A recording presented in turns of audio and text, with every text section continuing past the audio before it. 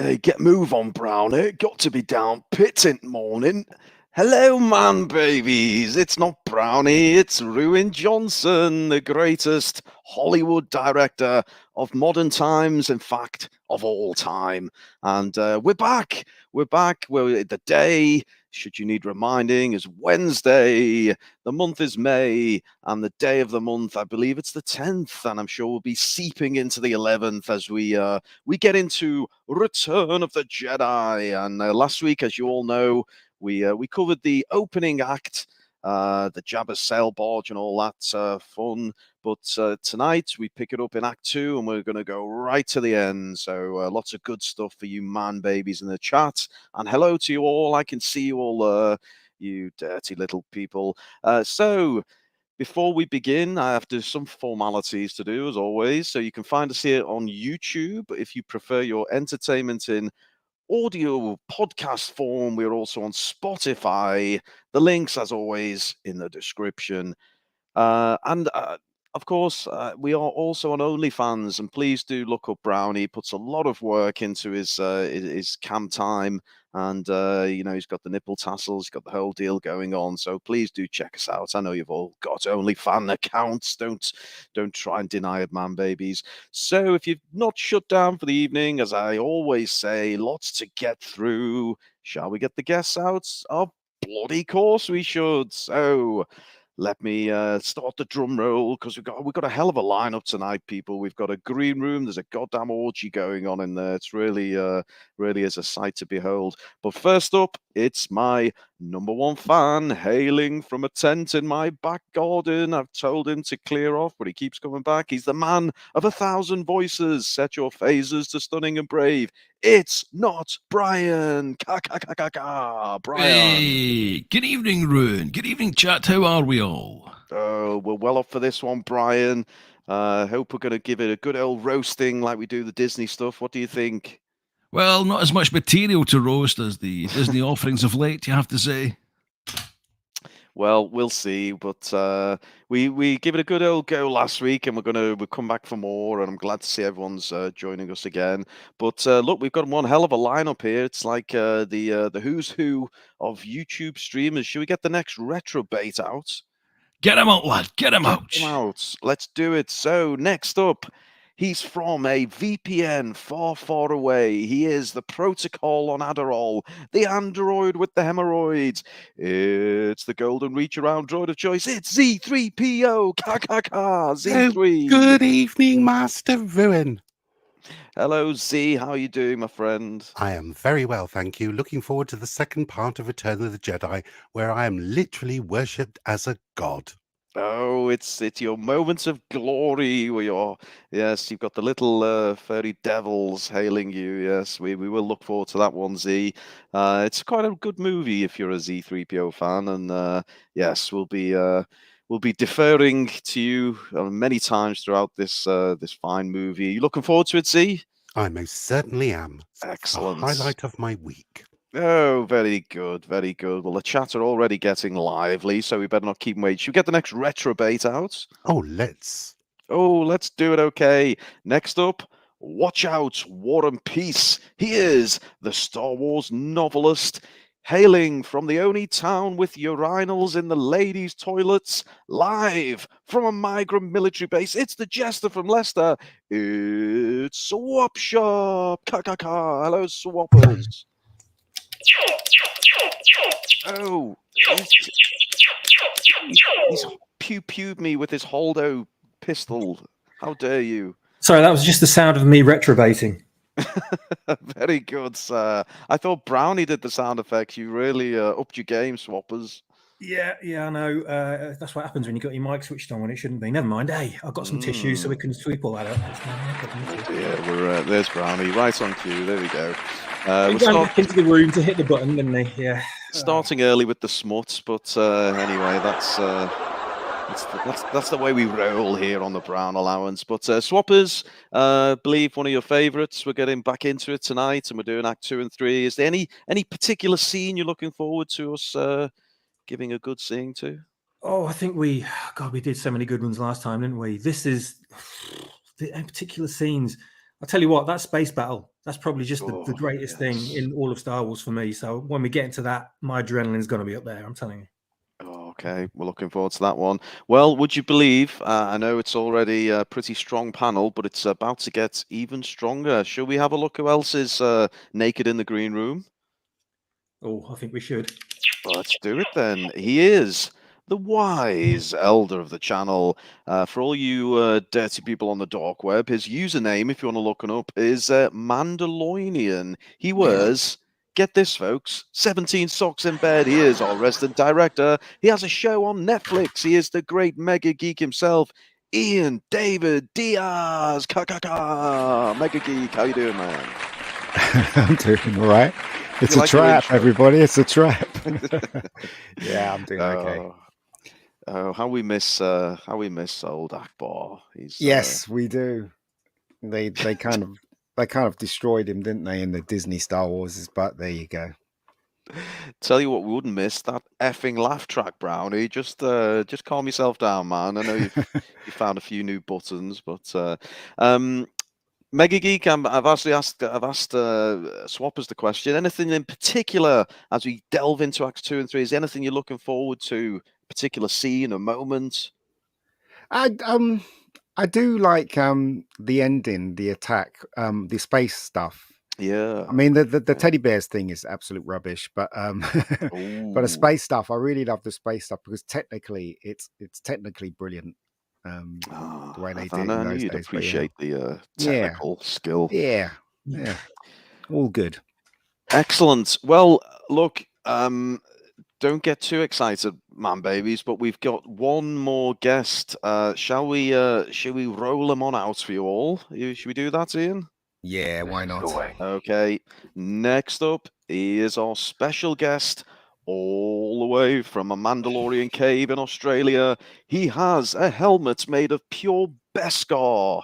And we're not talking about the one on his head, folks. He once had a threesome with Star Wars Explained. We should ask him about that one time. He has a Chuck Wendig wibbly wobbly quote tattooed on his left arse cheek. He is our favorite robotic YouTuber. It is Robothead. Hello, Robothead. Good morning from the future. Oh, How he's is up everybody? very early. Through the lap track. Oh, the crowd's already on my side. Yes, we've Quite got the introduction there. Oh, always. We always give you the full both barrels. Yes, we have rolled you straight out of bed, haven't we, Robothead? Just enlighten the man babies in the chat. What are we talking over in Oz at the moment? Well, it's 7 in the morning, 7:15. It's dark outside and very cold. Ooh. All right, Brownie, calm down. I lost the crowd on that one. Yes. Well, we do appreciate Robothead, and we know you're a big fan of Return of the Jedi, so we've got some great stuff to get into. I've asked a couple of the others, any particular scene or moment you're looking forward to? Well, I can't remember where we got up to last week. We just about rounded off Act 1, and we got up to we're going to do it. I guess we'll do almost like a Mandalorian style recap. We'll rewind a little bit, but we got up to the death of Yoda and good, Luke's because I was visits. looking forward to that. So if we you were looking forward to that, we can relive that. Yes, we do like killing people off. But yeah, and other than the death of Yoda, anything else in particular you're looking forward to? Some great scenes. Is this to everyone or just me? Just to you, Robots. I don't care. The battle is fantastic. So yes, that final battle, and everyone's loving Luke the and space Darth, battle. Of course.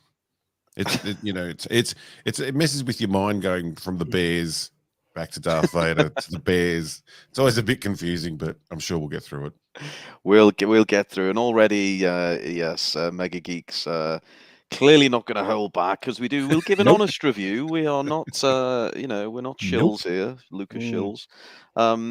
Okay, so have I got some more formalities? I suppose I'll do it. Brownie will tell me off if I don't do the full, give it the full work. So we are watching Star Wars Episode 6, Return of the Jedi, 1983, Certificate U, runtime 2 hours 11 minutes, directed by Richard Marquand. Marquant. Marquand. Writers, screenplay, Lawrence Kasdan, George Lucas. Music by the fabulous John Williams. Produced by lots of people and starring, of course, Mark Hamill, Harrison Ford, Carrie Fisher, Billy D. Williams. A modest budget of 32.5 million. A unbelievable gross of 475 million. And I think that's the formalities. Let's get this goddamn show on the road. Oh, before we do, Brownie, come on and say hello to all your fans, would you, Brownie? Hello, evening. I'm eating. Oh, he's eating, but we did. Recovery meal. Sorry. Oh, he's. I've been cycling. Hello, everybody. Hello, chat. We can see you. Cycling's a euphemism for what he's really been doing, man, babies. But we won't get into that. So, rather small text on the screen. If you can read it, you've got better eyesight than me. It says something like, if you're subscribed, if you can unsubscribe, and then bizarrely it helps the algorithm. I think it's something like that. Brownie will be able to explain better. He's probably just coughed his meal all over himself. Anyway, let's get into this because I can't wait. It's Return of the Jedi, and as I say, we've just kind of left Tatooine and the whole Jabba's sail barge, and we are going off to Dagobah. Brian, why don't you bring us up to speed? What the hell's going on here? So we've got Luke and his X-Wing. Give us a little recap in only the way you can. Well, Luke and Leia and Chewbacca and Lando Calrissian have just, and of course the droids, have just rescued Jabba from the vile clutches. Rescued Jabba? Rescued Han Solo from the vile clutches of Jabba the Hutt. Welcome to Making Up Your Own Stories on the Fantasy Channel. And they're both going their separate ways. The Rebel Alliance is going to be getting together. Meanwhile, Luke is going back for more training that he doesn't get. Quick one, because someone, thank you, Brian. Someone in the chat's just give me a bit of an idea there. Smilex has put listening to a bit of Journey on the way, but quick round the house if we could. You're in your X-Wing, you're cruising through space. What is your track of choice, Brian? We'll start with you. What you playing on the radio there in your cockpit? I'm definitely playing 5 to 1 by the Doors. That's what I'm playing. Okay. Getting in the mood for killing. You're going to be spliffed up. We're going to have a lot of smoke going on. A lot of smoke coming out the cockpit. Yeah, that's the way to do it. Z, what tune are you rocking in your X-Wing? Smack my bitch up. Oh, love it. I love it, Z. It gets me right up for it. Swappers, what are you rocking? Oh God, how do I decide? It's either a toss-up between "Pour Some Sugar Over Me" by Def Leppard, or "Manna from My Own Heart," or the intro to the debut album "Science Fiction" by the trip-hop big beat band Uncle from the 90s. Oh, I'll give you both. Let's go both. Mega Geek, are you going to take us back to the swinging 60s? What have you got for us, Mega? You just sing it, Mega. Don't tell me, just sing it. What's the question? What? What? Sorry. What's the question? What music are you playing in your X-Wing cockpit as you I see. Cruise through space? A bit of Stevie Wonder. Oh, That's excellent! Bit of groove, we like it. Groove, yeah. And Robot Head, I presume a bit of Kylie Minogue. Is that what's going down? Yeah. Only if she's with me. No, I was thinking an Australian flavour, maybe some AC/DC's Big Balls. But then I did like the "Smack My Bitch Up" call. If only if R2 could play the original film clip to me the whole way there. Well, there we go. No fans of the original "Smack My Bitch Up" film clip, the greatest film clip ever made. Oh, the music video with the first person viewpoint. It's a great video. Absolutely great video. Desperately googling that right away. What a great twist at the end as well. Oh, yes. They don't make them like that anymore. Nope, they don't make them at all. Mate, I tell you. I would play I'd just go for something subtle. I'd go for the soundtrack to when Luke dies in The Last Jedi. I'll just play that as we cruise along through space. That will do for me. So Luke is he's not looking at his watch there, is he? He's looking at his broken injured robotic arm. Where did he take this shot? Was it on the barge? Anyone recall? Yes, shot. Took one right to the wrist. Is that to the how can I put it? The hand he uses for private moments. The working wrist. That's gonna feel different, isn't it, when it's a robot wrist? That's the vibration function knackered. Oh, wow. But we then flip to the Death Star, I do believe. Mega Geek, are we looking at? You've got a good eye for these things. Are we looking at? What are we looking at here? These cannot all be costume extras. No, majority of it is matte shots together. I think together with a model, half a model basically. But it's very, very well done. In those days, they had to obviously process it via film, so it's incredibly well done. This is when the Emperor appears. It is. It is indeed. Yes, you're on form tonight, Mega. So here he is, in fact, the Emperor. Anyone recall the conversation that goes on here? He's basically come to inspect the Death Star, isn't he, and the progress being made. More or less. I can't remember what they said, but I think something about hookers and blow or something. That was it, something like that. Yeah. Brian, have you got an Emperor in the locker there by any chance? No. Oh, Brian, one goddamn thing you're useful for. Okay, we'll let you off. I believe it was just to interject slightly there. I believe all I can remember from that scene is something like everything is proceeding as I have foreseen. That's the one. Like that's what I wanted, Swappers. Brian, you're fired. We've got Swappers as the new voice of the channel. Brilliant. I'll see you later then. Well done, Swappers. I was trying to set him up, but you. I love quoting old Walnut Head. I can't resist it. So we then return to Dagobah along with Luke, and well, this is kind of where we left it last week, because this sadly is the demise of Yoda. Spoiler alert! I wonder if I presume everyone's seen the goddamn film, but you never. I remember being really disappointed when I saw this scene. Really? Wouldn't that be a twist if there was someone here that hadn't seen it? Brownie's not seen the damn thing, so. Well, we had. I mean, when we were doing the Mandalorian, I think at least half the chat were not even watching the show; they were just watching our stream. But, it's a wise decision. I think that is the smarter half of the chat. Yeah, there we go. Appreciate the gag, both Atom Gray and Nikki with the "they die now" gag. But does anyone recall emotions the first time you saw this scene? Did anyone get a little bit emotional? I didn't. I was pissed off because it seemed like they just glossed over Luke training again. Do you know what I mean? Because, like, you know, all the other Jedi's trained to get to a point, and he only had half his training. So, you know, I think they did it to actually just move the plot along. But I mean, you know, it was obvious to me when I was watching. I was thinking, "Oh, what a sellout!" You know, now he's a full Jedi. How could that be if he hasn't really trained? But anyway, that was just me, I guess. I think originally Yoda wasn't even going to be in. Didn't he just bring him back so he could confirm that Darth he was a Jedi? Father? And Darth was Vader. Yeah, so but as I said, it's a. Sorry, go ahead, mate. Go ahead. The children wouldn't believe it unless it was, you know, someone like Yoda saying it. I remember when I first saw Empire Strikes Back thinking there is absolutely no effing way that Darth Vader could be Luke's father. I remember all our friends was talking about it in college and stuff like that. They were going, "No way, it's a big lie." Oh, how disappointed we were when we saw Return of the Jedi. There you go.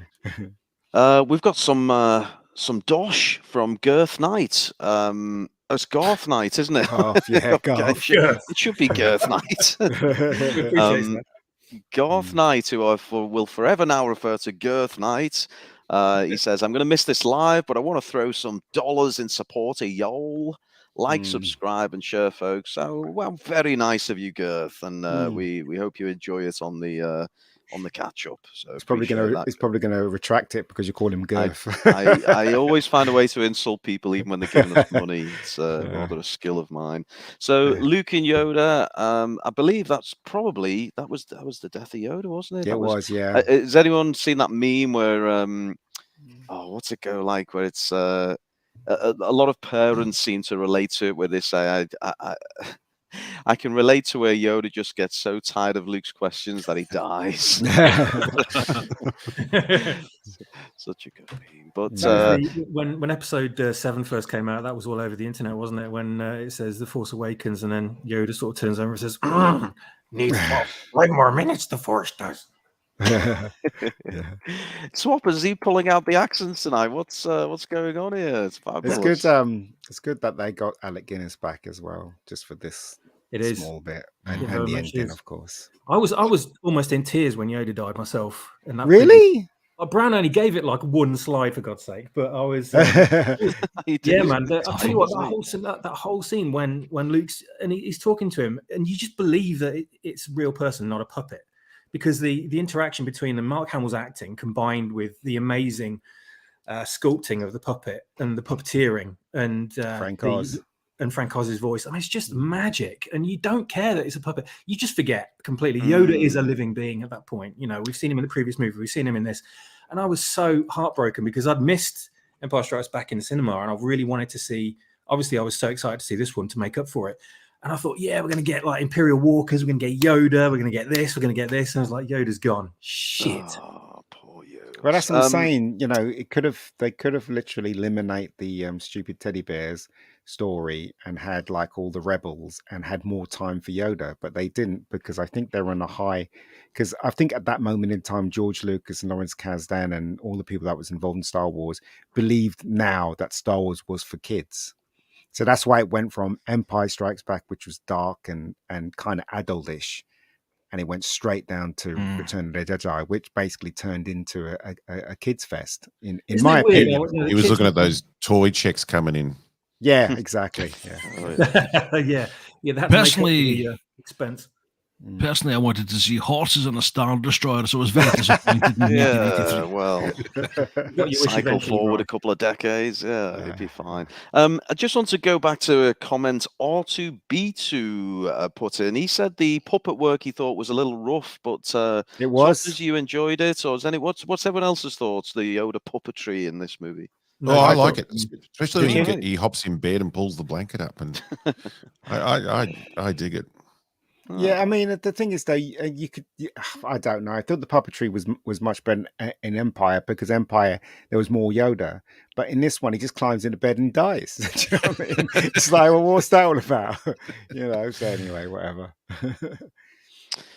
Okay, so a bit of love for the puppetry. Sorry, R2, there's a bit of disagreement there, but anyway, we then go to let's just skip back, because this command ship. I bet you Brian will know. Anyone? Brilliant. I just love these. Love these gorgeous, models. Isn't it? Gorgeous. Love these models. I want all of them.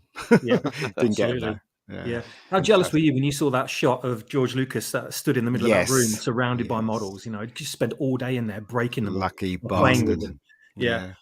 The design of the Mon Calamari ships is just incredible. Though. This is the first time we've seen them properly, because they contrast. The design here contrasts so completely against what we have with the Imperials, and this is the genius of Lucas's vetting when faced with his team coming to him with all the production art, because he says, no, this needs to look more organic. This needs to look more like a living being or something. And then these Imperial ships need to look angular and sort of angry and more kind of like weapons.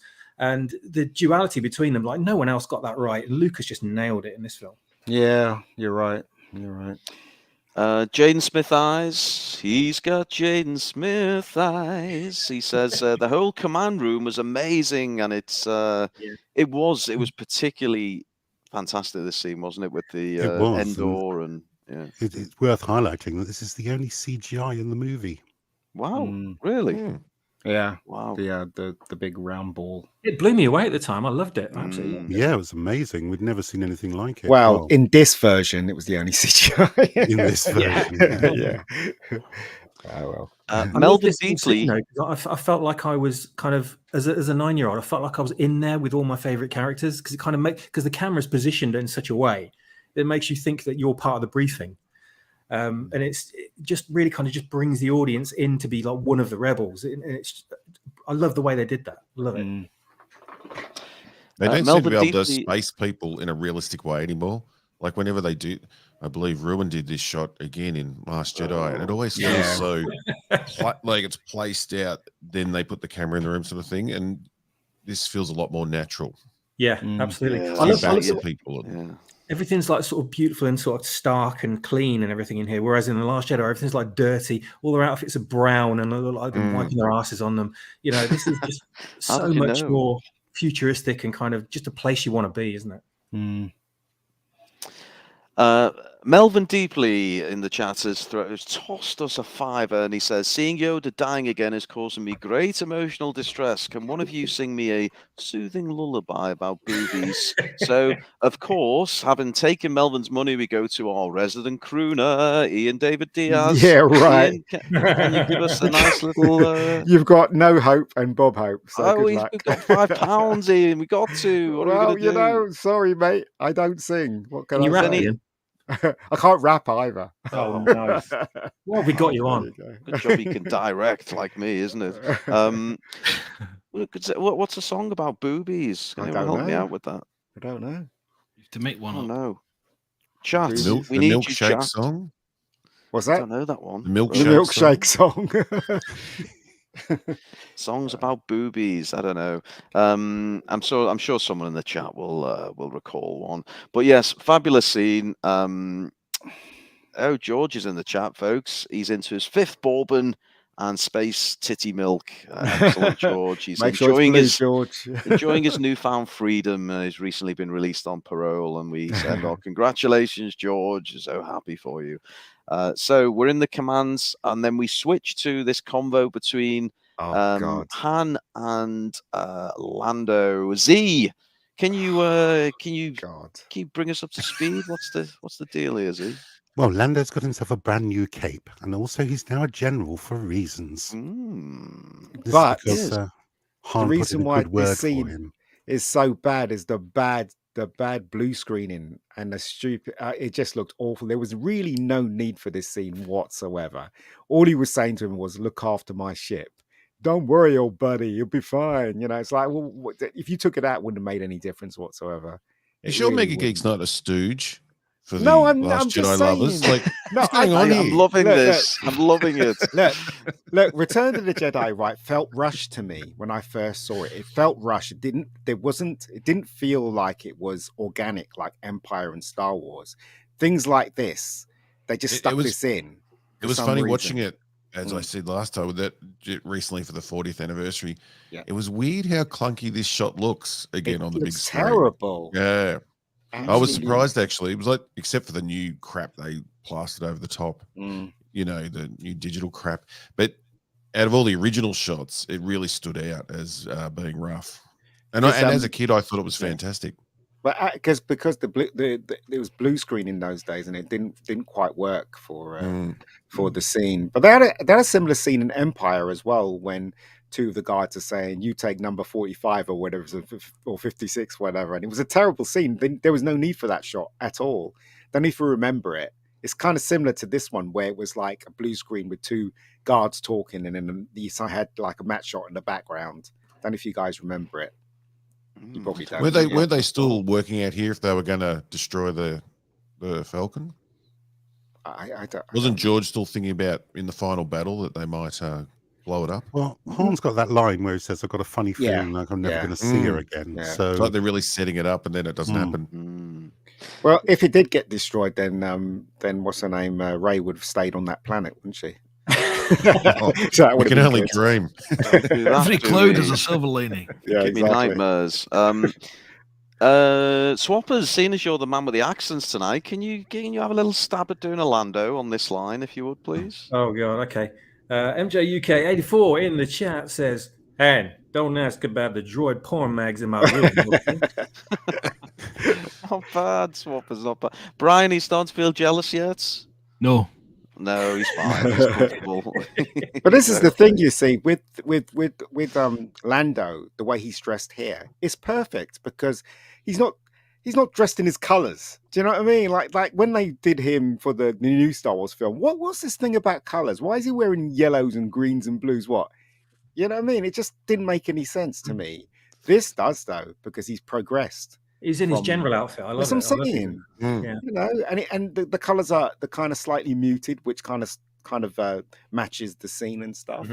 But every time they portray Lando now in the new ones, he's always got to wear green or blue or orange. And that's because the normie makers of these Yeah, movies think that that's how everyone remembers Lando. exactly. And it's like the man has progressed or should progress. You know Well, they see him as flamboyant where we saw him as cool. Yeah. But they look back through these weird lenses where, you know, they don't understand the coolness of him. And he was just sort of this flamboyant guy running around. It's crazy.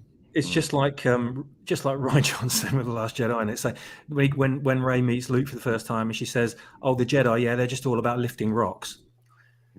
Like, how would she even know? How would she even know unless she'd seen the fucking original trilogy herself? How would she? Yeah, she had the DVDs in that, in the foot of the AT-ATs. That's the one. Yes, you have to read the additional material to know that, Swappers. Swappers, while we've got you and you're doing the voices tonight, can you have a little go at Han? Oh, God. Okay. Smilex in the chat says, Lando, why are all the Haynes manuals all sticky? Get out of here, you pirate. We're really hammering this. Get out of here, you damn pirate. Yeah. We don't get Han once in the Falcon cockpit for this film, which is a bit of a shame. Yeah. But I do like Lando in the cockpit, and I do like that creature that goes Billy D. Williams has got so much personality. That scene's amazing. Like you believe he's really in there flying that thing. He's so excited. You do. Can I just say, if anyone wants any impressions doing of Neenum, then Ian is obviously your man. Yes, we go. Oh, don't worry. I've noted that one down. Don't worry about that. We'll get him to sing in the style of Neenum when we get there later. Obviously, always on tender hooks about any potential trigger words, but Smilex makes a point here. They dress up Lando like a pimp. I mean, obviously it does get worse as we go into the Disney stuff, but is there something in there? They're being a little bit no, I just think that the reason why he wears the colorful clothes when he was on Cloud City, but he can't be wearing the same gear when he's in his 20s or whatever, or when he was younger. That just makes no sense. It just, Disney's such a freaking, honestly. Anyway, let's carry on, shall we? We got him on one. We've got him on one. Movie cynics in the chat, folks. Our blue-haired friend, the movie cynic. It's just a one-worder. It's there we go. Cheers, Matt. But we love to see him. So Han is getting all emotional as he bids farewell to the Falcon, and they're heading off in this Imperial shuttle, aren't they? They're going to try and they're going to try and get onto the Death Star. They're going to Endor. The one thing I hate about this film is how they made Han Solo's character a bit comedy, if you know what I mean. That's about all he's got in this film. Yeah. We touched on this, didn't we? About I think last time, is that one of the weaker elements of this movie? Does Harrison is he phoning it in a little bit? What do we all make? Let's do the rounds. Well, Mega, you've kicked us off. Is he phoning in a little bit? Was he restricted by? I think so, a little bit, because I got the impression that he didn't really want to do it, and because he was under contract with George, he had to do it, and he got paid a good wage as well. I don't understand the hate that comes from him on Han Solo at all. I think he's really ungrateful that character literally sent him to Indiana Jones. Do you know what I mean? And then from Indiana Jones to Megastar. So he's really ungrateful. Blade Runner too. Yeah, exactly. He's ungrateful. He's weird that way. Yeah. Anyway. Well, he did want Han to die in this movie, and George said no. Yes. Wasn't it Empire he wanted to die? Yes. I think every movie he wanted him to die. He finally got his wish. Yes. He is a good actor, though. I got to admit, because when he was in Witness, he was awesome in that film. Yeah, fabulous. So You're he right. is a good actor. R2B2 tosses us a $2 coin or note or whatever the hell that is in dollars. He says, "Ooh, look at that Coke nail." we've probably progressed from whatever he was referring to, but I'm sure there's connotations that we don't want to get into. But we appreciate it, R2. Thank you, sir. And So, we've. hold on, just let me say Oh, something. Michael. I was talking to a guy that actually worked on Return of the Jedi, which is interesting, a couple of months ago. And he said there were two bits that they did in this film that didn't work. One was not to, every time you saw the Emperor near Starfield, the Starfield should be out of focus slightly. And they never did that. And it just looks a bit rubbish. And the third one is when they're fighting at the end in Darth Vader and Luke, there's a window that has not been blue screened. And you can literally see the blue on the window. So I'll point it out when we get to it. Basically, they just forgot to do it. So there you go. So there you go. I noticed that on the big screen with the stars in the background. It was the same fucking ones going by again. You're like, oops. Yeah. You know that phrase. You know that old phrase, "Never meet your heroes." Well, just forget that and just talk to Ian instead, because he'll ruin everything you loved as a child for you. No, I find it fun. I find it fun because I never noticed it at all. I never noticed that, because if you've got a long lens and you shoot someone in front, everything else in the background is going to be blurred, right? But when the Emperor's standing there and he's telling off Luke, or trying to get Luke to go dark side, all the stars are in focus in the background. I never knew that at all until my friend Here they blurred him a bit in this shot. Sorry, in this shot they blurred him a bit. Yeah, exactly, because it's the it's anyway. Depth of field. Yeah, depth of field. Yeah, so and he rode up.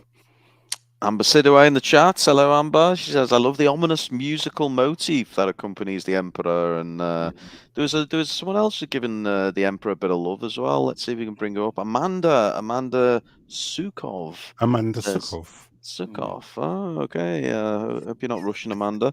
She says, "Look at Palpy. He looks so amazingly evil," and he did. We'll go back. We'll appreciate him. So did Ray. Ray looked amazingly evil as well. She's a Palpy. Runs in the family. There we go. So they're all dressed up in the Endor forest gear, aren't they? And we're about to, we've had the ice planets, we've had the space battles, we're about to get the forest planets, and nice shot of Zee in the background there. Zee. Everyone else is camouflage. Zee, you stand out like a fucking sore thumb. What's going on? They'll never see me. Light up eyes. He's blinging gold. I mean, that's the genius, you see, because everyone's going to be looking at him and no one's going to be looking at everyone else. Also, right, they've seemed to have gone with this idea that Chewie's hair is never combed anymore throughout the whole of the movie. Because if you notice in Star Wars, his hair's combed back and it's like they put spray on it.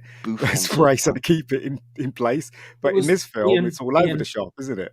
Ian, it was the 80s, mate. It was you can't take that away from him. It was hair metal time. Okay. Come on. He had the bouffant in the 70s. Now we're in the 80s. He's going into shaggy hair metal phase. Yes. Nice shot of Darth. And is this where kind of Luke and Darth are feeling each other as such? Yeah. Connected remotely. Yeah, there we go. He knows he's there. But what do we think of the fly casual line, the interaction? I love it. Love it. Yeah. Lovely. It worked again, seeing it in the cinema. Seeing those jokes with the crowd really, brought them to the front. Like you really felt how good they were.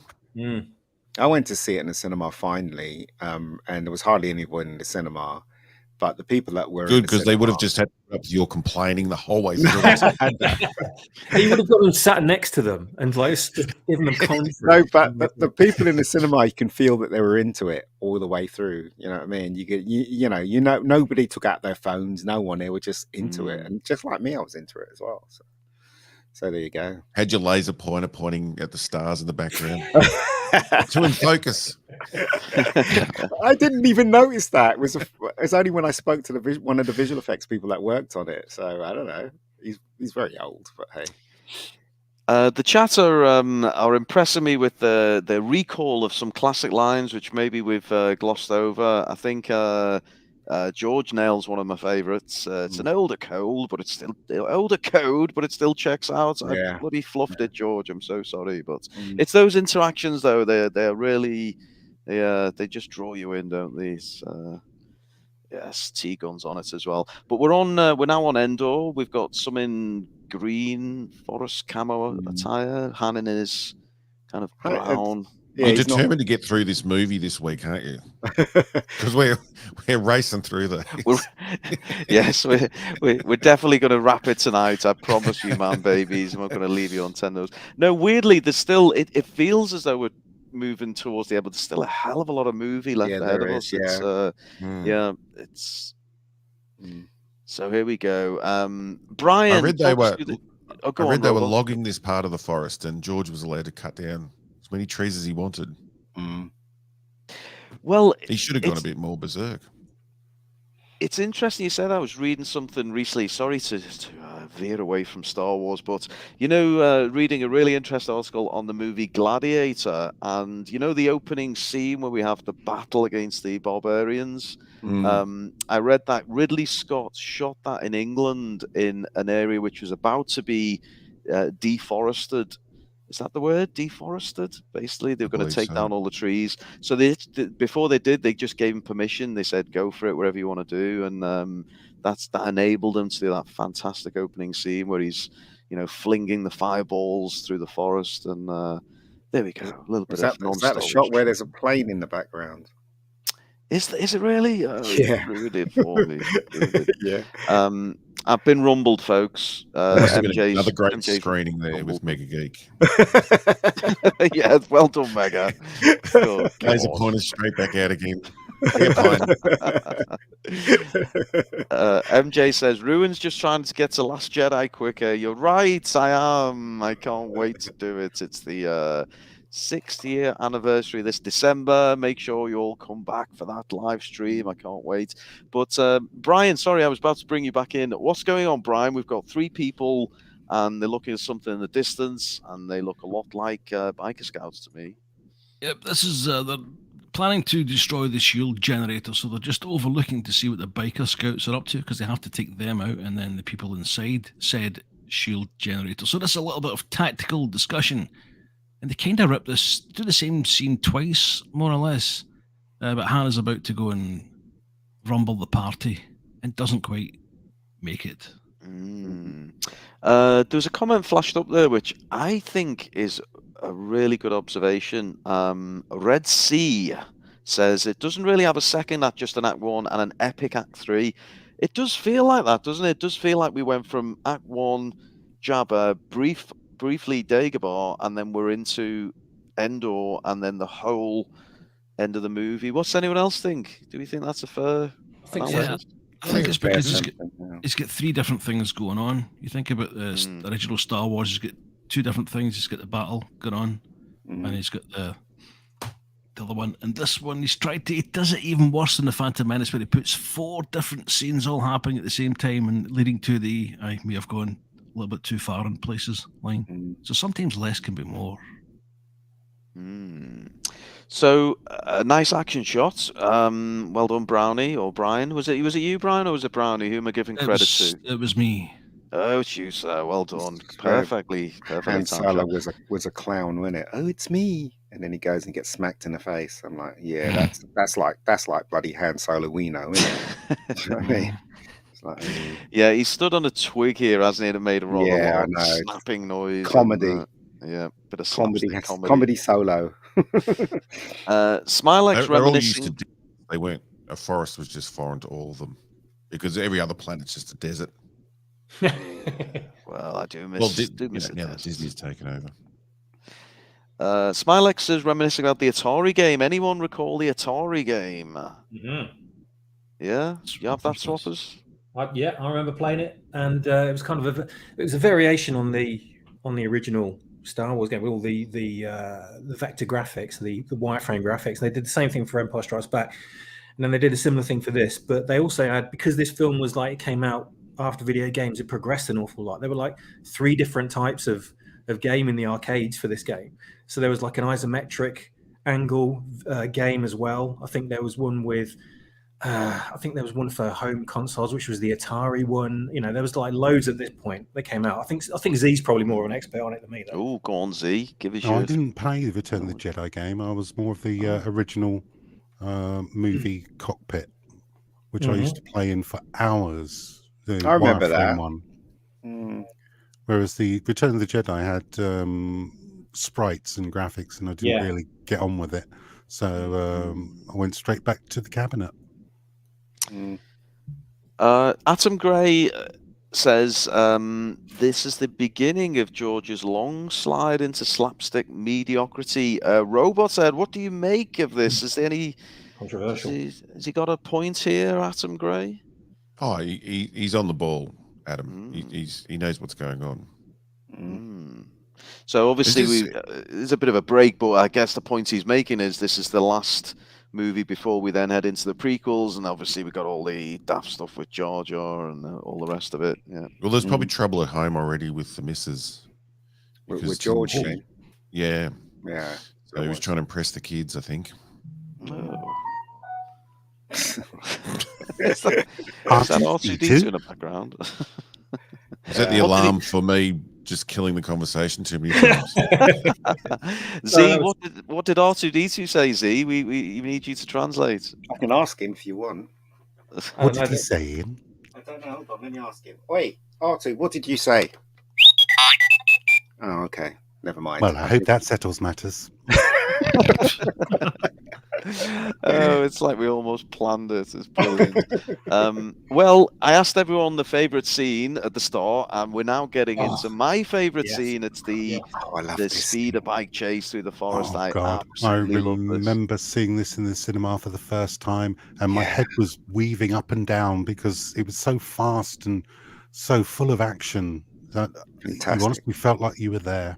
It was fantastic, seriously. Visual effects were really good. They did go motion as well on it with when they had the wide shots with Princess Leia. But also how they did it was they had a guy in a Steadicam, and he walked 10 miles through the forest, and then they sped up the shot when he was apparently he was shooting at 1 frame a second. Something like that. I think he walked 10 miles or 20 miles, I can't remember, and then that's how they got the background. That's a great shot right there. Yeah, brilliant. But they did go motion, which basically is like models, like stop motion animation. When they had the wide shots and stuff for them on each speeder bike. So very, very well done. Very well done. The way they just lifted into different scenes for each movie, like the walkers in Empire, and then this. Like I can't think of another sci-fi series that sort of just up the level of an exciting new shot you'd never seen before in each film. Because this was amazing. As a kid, this was just incredible. I can't believe though that Disney is still milking the speeders. Like every second person now rides one. I mean, the thing is though, George Lucas gets it right. Everybody, in Hollywood thinks making films is about making money. It is to a certain degree, but it's not. It's an art form when you make films. And I would honestly, truly say, even though I had problems with Return of the Jedi, it's basically art that George Lucas has created. Do you know what I mean? I mean, every time you saw a Star Wars film from the three of them, you saw something different, didn't you? The walkers, and then you saw this thing that's never been done on film before. So we're talking about art here, and the cleverer investors know what a good film is, or know what a good script is, and they know what to invest in. But majority of them don't. That's why we get that overhead shot of them turning on the speeders. We might have a slide. That still sticks in my head as one of the great shots of cinema. I don't know, just as a kid, it just blew me away. This, I'll tell you what, the whole speeder bike sequence affected me so deeply, like profoundly, for more than anything else in Star Wars, I think, because when we go on like long car rides everywhere, you'd sort of just stare, because you're so bored as a kid, aren't you? Stare out the car windows and just look at like forests and thickets, like just flying past the car and just thinking, if I only had a speeder bike, I'll be straight in there. And can you imagine if they did it today, how they just blast it with music or over the top, like the bits where it goes back into the forest silence, like when they go off into the distance and through the chase, like you still, it's you just get the sounds coming through the trees and then it'll disappear off into the distance, and it's unbelievable. It's just fantastic. The sound effects are almost like music. So the sound effects are almost like music alone. In this scene. Yeah. It was. I tell you what, it's not just the visual design. It's obviously Ben Burt's audio as well, because he did this for every single film. And my God, what a genius! I mean, I don't know how he came up with these things, but the sound for the speeder bikes was just mind blowing. That was more fascinating than anything for me. Just listening to the gears changing, and the way they'd sort of take a bend, and the engines would just sound differently. If like Disney did that, they wouldn't have a clue. It'd just be some generic engine sound. Well, there you go. It's an art form, isn't it? I mean, Ben Burt took what everyone has been doing, mix and sound, and he took it up to another level because he was very much into sound. Do you know what I mean? So I'm not surprised. George Lucas was really freaking lucky that he got the people that actually ended up working on his film. Yeah, they actually cared about what they were doing. They didn't just do it for the paycheck. I mean, John Dykstra cared about what he was doing. George Lucas, to a certain degree, cared about what he's doing. Ben Burt, my God, he went beyond, beyond the actual level of creating sound for this film. Do you know what I mean? So again, I'll say to you, Star Wars is art. All three of the original ones is art, as far as I'm concerned.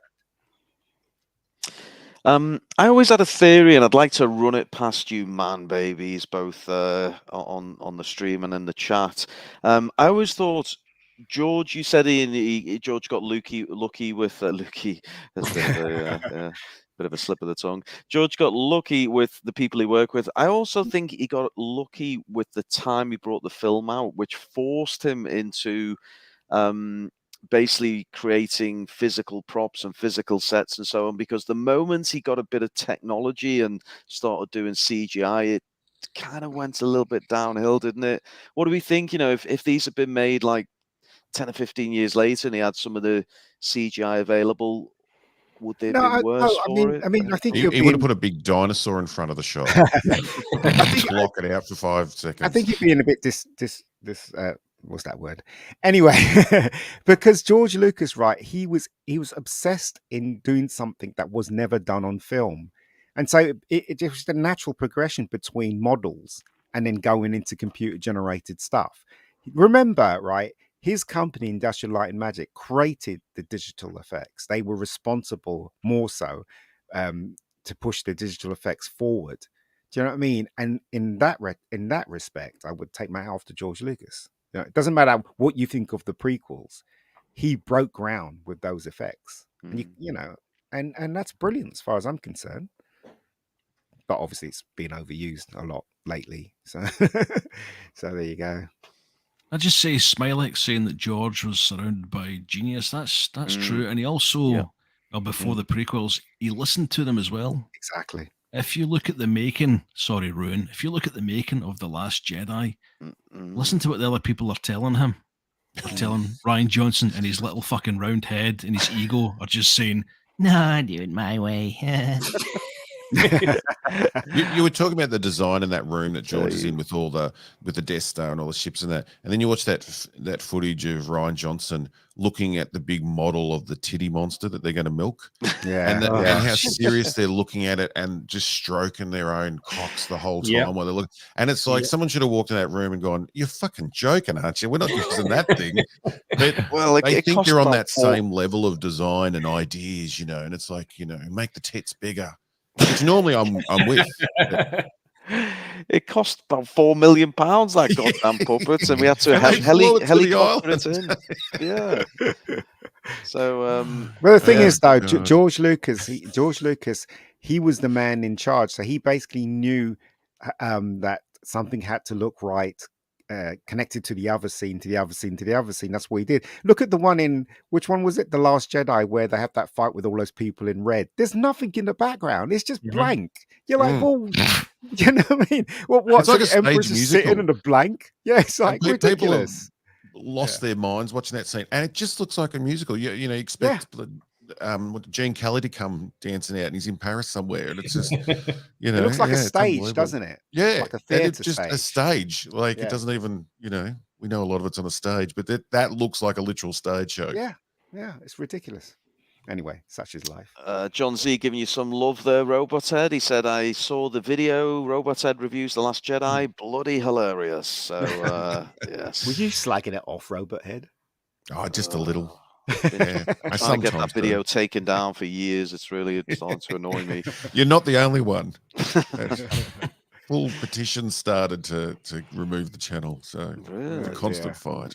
Oh, when Luke ignites his lightsaber in this scene, you can just by the sound when it lights up, it's a much more powerful lightsaber than the one he was using in Empire.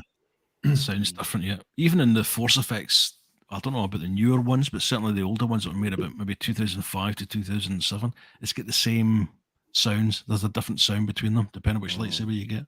Yeah. Green or blue? Quick round the rounds. Green. Ryan.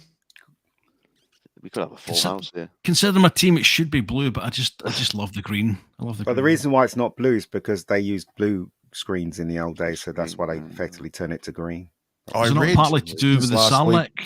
I read that wasn't true from the blue screens because it's not because they're adding it in later. It was actually just done because he wanted the audience to know it was a new one and not the one from the previous films. Was it not because it didn't show up on the desert scenes? Apparently that was the ships, the ships for the green screen. Because in the desert, he's not actually lighting the lightsaber because they usually just have a stick and put the color later, don't they? So it wasn't a green screen problem, is what I'm trying to say. It was the blue sky. I think they feared that it was going to get lost against it, so they changed it. Yeah, well, I read this on the internet, so like I'm sure I'm correct. A lot of love for the green lightsaber in the chat there. I think it's almost unanimous. Everyone's loving the green lightsaber. And that was the days before the colors really meant anything, wasn't it? Like there was red and green and blue, and now certain shade of yellow or magenta means something of a grey Jedi or some bullshit that they're now trying to push. Piss stain yellow for Rey's fabulous lightsaber. Conan goes with your personality.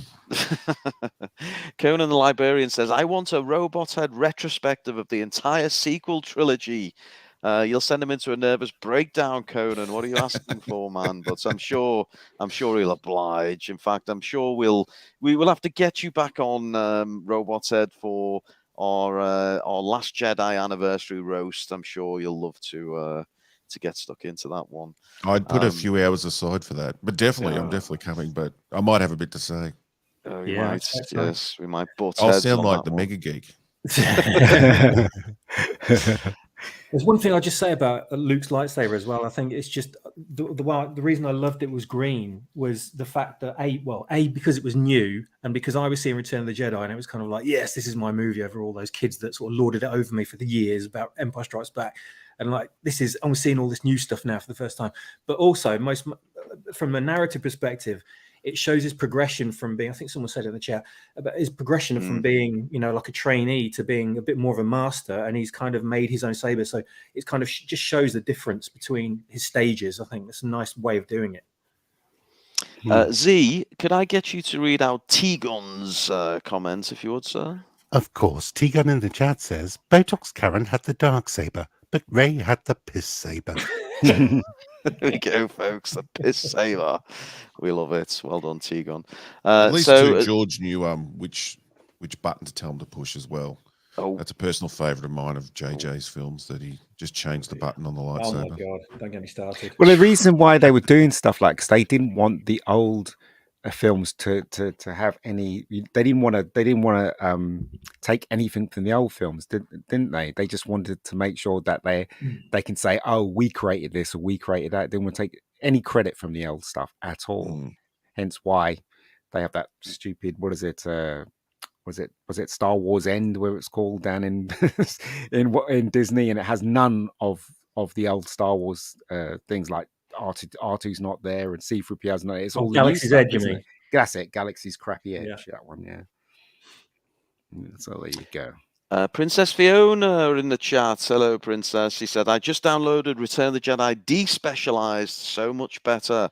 Again, general agreement on that one. I agree. We prefer our really? Ewoks without blinks. The Despecialized? Somebody should give me the link for that. I think she's probably done the old dark web thing there. I don't know. I think so. Yeah, I think it's been out for a while. I'm so used to watching them. That's what was a shock going to the cinema when again, not to go back to Jabba's palace, but when that music scene starts, it's just a shocker because I hadn't seen that for years. Have you seen They're Rebel Head? specialized, very underrated. Have you seen the Addy One's special editions Robot Head? They're definitely worth checking out if you get a chance. Good. They're good. No, I haven't seen them. You'll love them. Trust me, you'll absolutely love them. If Brownie was a link, send it my way. I shall do. Yeah, spread the love. If Brownie was with us, and I hope Look he hasn't at passed away, it's exactly what he'd say, Brian. Good capture. What a capture. Well done, Brian. Look at that. There he is, folks. There he is. It took him a while, an hour exactly, an hour on the nose, but he's finally give us a look at that. There we go. And yes, Luke chops through, deflects a couple of blasts, and chops through the nose, I suppose, of the speeder bike, and it's fabulous scene. Just the work in that shot. If he just held it out in front of him, he could have snoked him, couldn't he? Ba-dunk. There's some great explosions through this. Yeah, and one that goes into the end of the tree is fantastic. Yeah. Yes. And here we go, folks. It's the moment you've all been waiting for. I gave you all the little birds on the island of Act 2. What were they called? How old was he when he did this film? Porgs. No, Warwick Davis. I think he was 10. 10 years old, wasn't 11. He was actually 11. Or 11. Lucky bastard sitting on a. There you go. And already hit his full height. Sorry? I was just saying, and already fully grown. yeah. There we go. Actually, 12. There we 12. go. Wow. 12. Oh, we got there eventually, didn't we? Abject mediocrity. Well done, sir. He said, take a drink. The birds are here. So please do. But yes, Ewoks, we need to discuss this, I suppose. And I'm going to kick us off with I'm going to stick up for the goddamn Ewoks because, look, maybe it just caught me at the right time. 83, what was I? About 6 years old. So it's just maybe at the right age. And I liked the Ewoks as a little kid. I thought they were fun.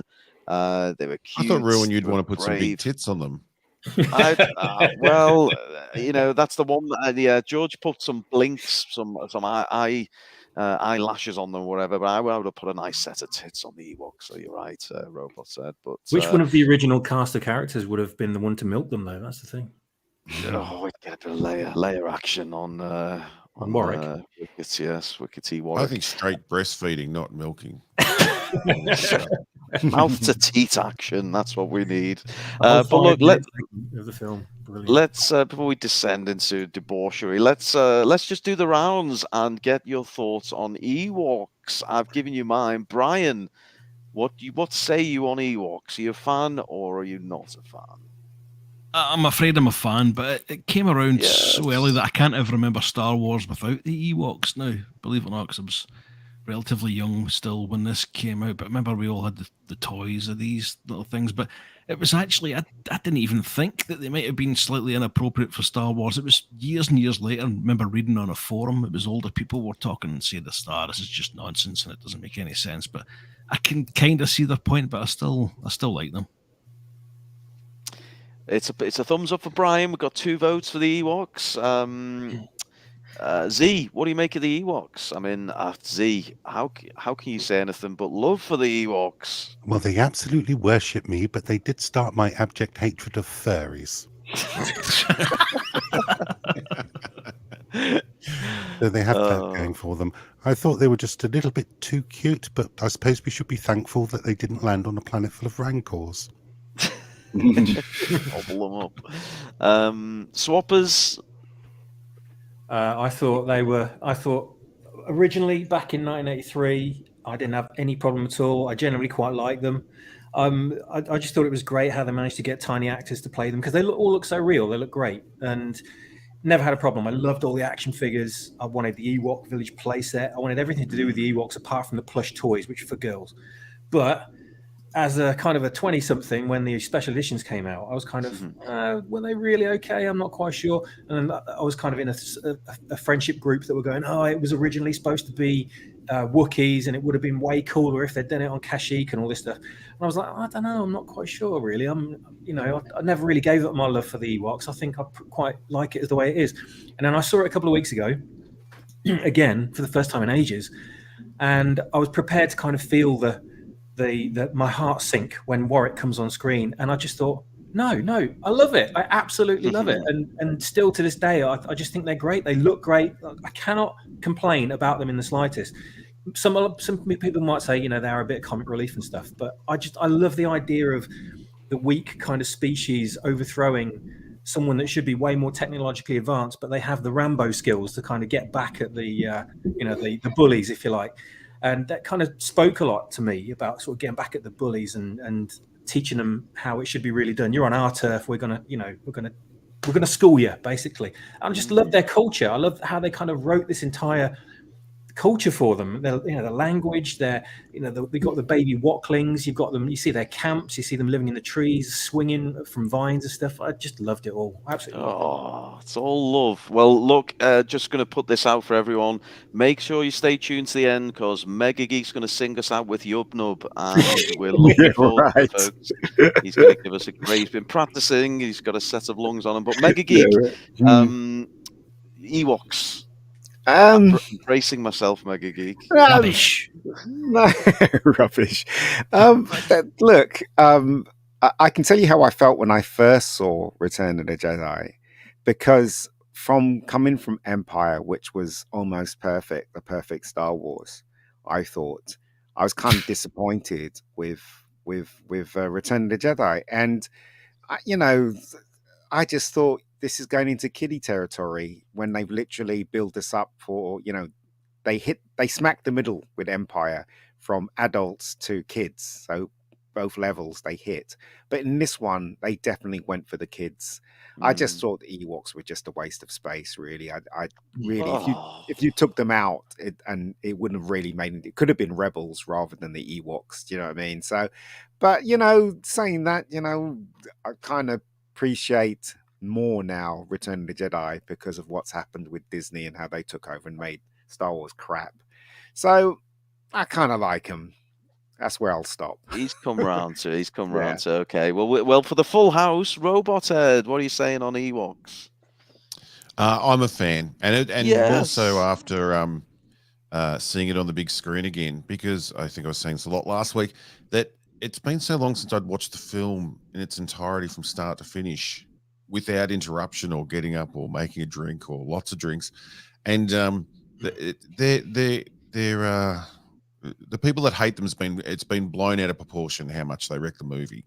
Because, I was starting to think, you're going back to Darth and then to them and to, the seriousness of the Emperor and that. But watching it together, there's some good bits in there. And I think it's mostly the battle that probably annoys people. But when they meet here and go back to the village and they're through the trees and the C-3PO is telling the story, there's some good stuff there. So yes, I've come around since seeing it on the big screen again to being a fan again.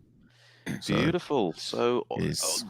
A full house of love for the Ewoks, and lots of love in the chat as well. And the worst thing about the Ewoks is when Chewie does the Tarzan swing through. They get the blame for that. Now that should be hate for Chewie. Was that in the original, or was that inserted later on?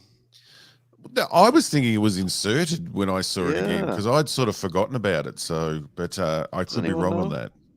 He did it again in was Revenge of the Sith, the battle on Kashyyyk. You get the same thing again. He likes to double down, does George, as we'll find out later on. And everyone needs to calm down on the Wellham scream too now. It's in everything, isn't it? It's now a distraction instead of like a cool Easter egg.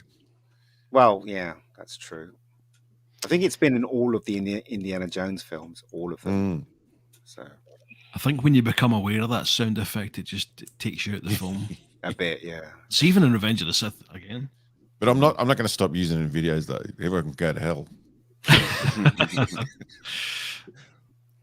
So we transition from the fun of the Ewoks, which is just starting, to the Death Star and Vader, and I guess he's chatting to Palps, isn't he? And probably discussing Luke. I don't know. So who can fill us in on this scene, folks? He's telling him about Luke.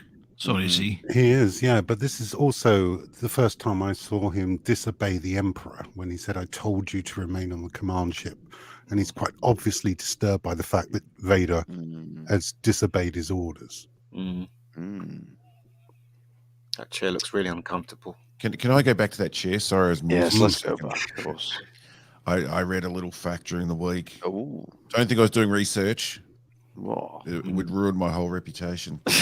But I read during the week that the chair was motorized, but that didn't work. Everyone might know this. I'd never heard this, but the motorized function wasn't very good. So Ian had to just do little steps with his feet to turn it in the right direction. Oh, really? And there was a mark apparently on the floor, obviously, for where he needed to stop. But yeah, they tried doing the power move, and it just wouldn't work for him. So, but I haven't had a chance to go back because I want to see if you can see his little feet moving in the shots. This bloody Death Star's not working properly.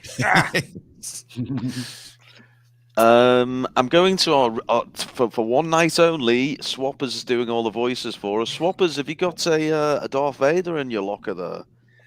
Jim D's giving you the quotes. You're bloody joking, aren't you? What's this? Jim D in the chat says, "I have felt it, my master." Very good, very good.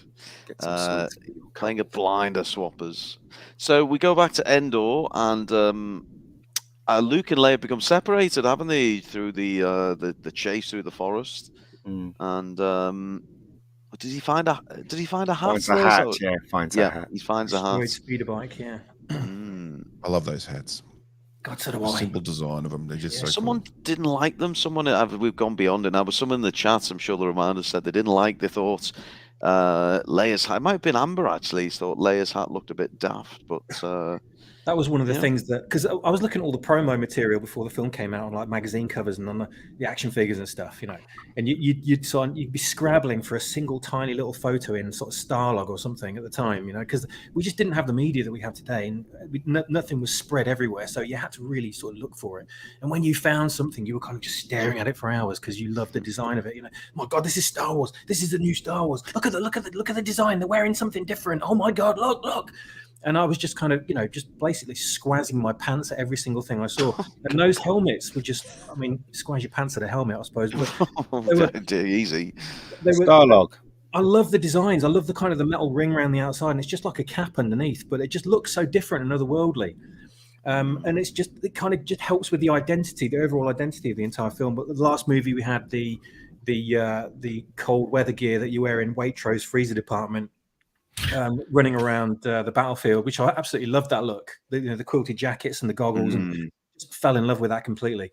And that was the big identity of that movie about Empire Strikes Back. And then now we've got with this one, this is kind of the identity for the good guys with this Endor outfit with the camo and everything. Just oh God, I love the way they did it. And then we never got that in the original. I suppose it was the Rebel fleet troopers aboard the Tantive 4 at the start with those big kind of domed helmets. I suppose that was the good guys in that film and the Rebel pilots, but I loved whenever they did anything new like that. God, genius for George Lucas again. I mean, the only way you can see it is Starlog, isn't it? And Starburst and stuff like that in those days. And you had to go to Forbidden Planet and get those magazines and stuff like that. So, yeah. Just exactly what were the Ewoks trying to catch with this trap? What is it as well? Look, is that human flesh? What is it? What are we looking at? And also Chewie, what an idiot. It was the woman that was wearing the dress that they give to Leia. Oh no! God, let's put a twist on it. Oh, they had to get that dress somewhere. It's like they just won a meat raffle, isn't it? And they just stuck it on the stick. Ooh. And Chewie, I mean, what I like about this, pub for the meat raffle. Chewie, it just reminds us he is just an animal at heart, isn't he? You know, he just can't resist, like a stupid dog just going for the meat. And And there we go. They get hoisted up. I mean, again, a little bit of slapstick comedy. Z's legs dangling out the bottom there, but I'm okay with this. I think this kind of caught my imagination as a kid. You know, I thought it was a nice scene, and R2 manages to cut them free, and then we get the whole. What do you call a group of Ewoks? I'll put that one out to the chat. Ewoks. A name for a group of Ewoks. Ewoks. That's what they call it. A gang of Ewoks. You know what I'm talking about. A furry of Ewoks. A furry of Ewoks. You like that one? The thing I could never get my head around is how dangerous are these wooden spears with the blunt tips? I mean, you know, if they did decide to go psycho, could Han and Luke not have overcome them? They seem to give up the guns pretty quickly, don't they? What's everyone think on that? I don't know. I got the impression that they were never really that much of a threat. Although they kind of, the looks on their faces make them kind of look like they feel a little bit out of their depth. But I mean, they could have quite easily gotten back. I mean, this is what my personal collective noun for a bunch of Ewoks is a teddy bear's picnic. I think they could have quite easily taken them, but they're not quite sure. You know, maybe the spears are you know, venom tipped or something like that, or poison arrows or something. I don't know. Best low key effort of the evening, John Z. Losers. Is that his name for the Ewoks, or is that directed at us? I think it's us. Directed at us. Thanks, John. Thanks for stopping by. Yeah. Smilex says a romp of Ewoks. Time Prophet, a feckery of Ewoks. Very nice. Never let us down, do they? Amber says a plush of Ewoks. T-Gun, a gangbang of Ewoks. And then maybe my favourite, Red Sea says a furry horde. A furry horde of Ewoks. Very nice. Nice work, folks. And Z, we've got to bring you in for this because this is your moment, Z. Please tell us what the hell's happening here. Well, this is where all the Ewoks worship me as the god I am.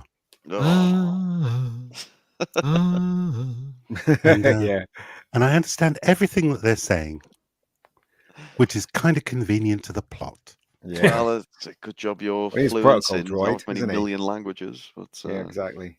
It's from here on we really learn how much Han hates C-3PO. Like he just, the way he talks to him for the rest of the film, just pure hate. Yes, why don't you use your divine influence and get us out of this?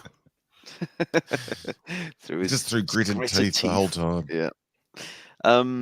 Any favourite Ewok, seeing as we're sharing the Ewok love tonight? I mean, Smilex says he particularly likes Low Grey, the stripy git, but we've got Medicine Man, we've got obviously Wicket. Any particularly favourite Ewoks? I like the stripe one looks crazy. The stripe one does look nuts. I like the face of the stripe one. Actually, didn't I like the one that dies. Yes, the one that gets shot by the ATST is perfect. I like that one. I always like a bit of death. With that colour scheme he's got in the hero worship thing, it reminded me of when David Ginola would take a corner kick for Newcastle back in the day. Rowan. Oh, I do know David Ginola. Yes, a hell of a. Remember the fans? You don't remember that, do you? The hero worship thing that they all did for every team. No, wait. Oh, welcome to Killing the Stream. No, I Don't do Bring know Up Sports channel. I bet your Robiad's got no goddamn idea who David Ginola is or what you're on about. But no, I do the old God worship Ginola. I do, yes. We only got Ginola when he got old and fat in his later part of his career. For Robot Head and everyone else, it's David Ginola is a French footballer from the early 90s, Brian? Mm-hmm. Mid-90s? A long time ago, anyway. Yep. You've derailed us, Brian. Sorry. Whenever I see a football reference, I'm off on a tangent. What do you think Chewie was thinking here?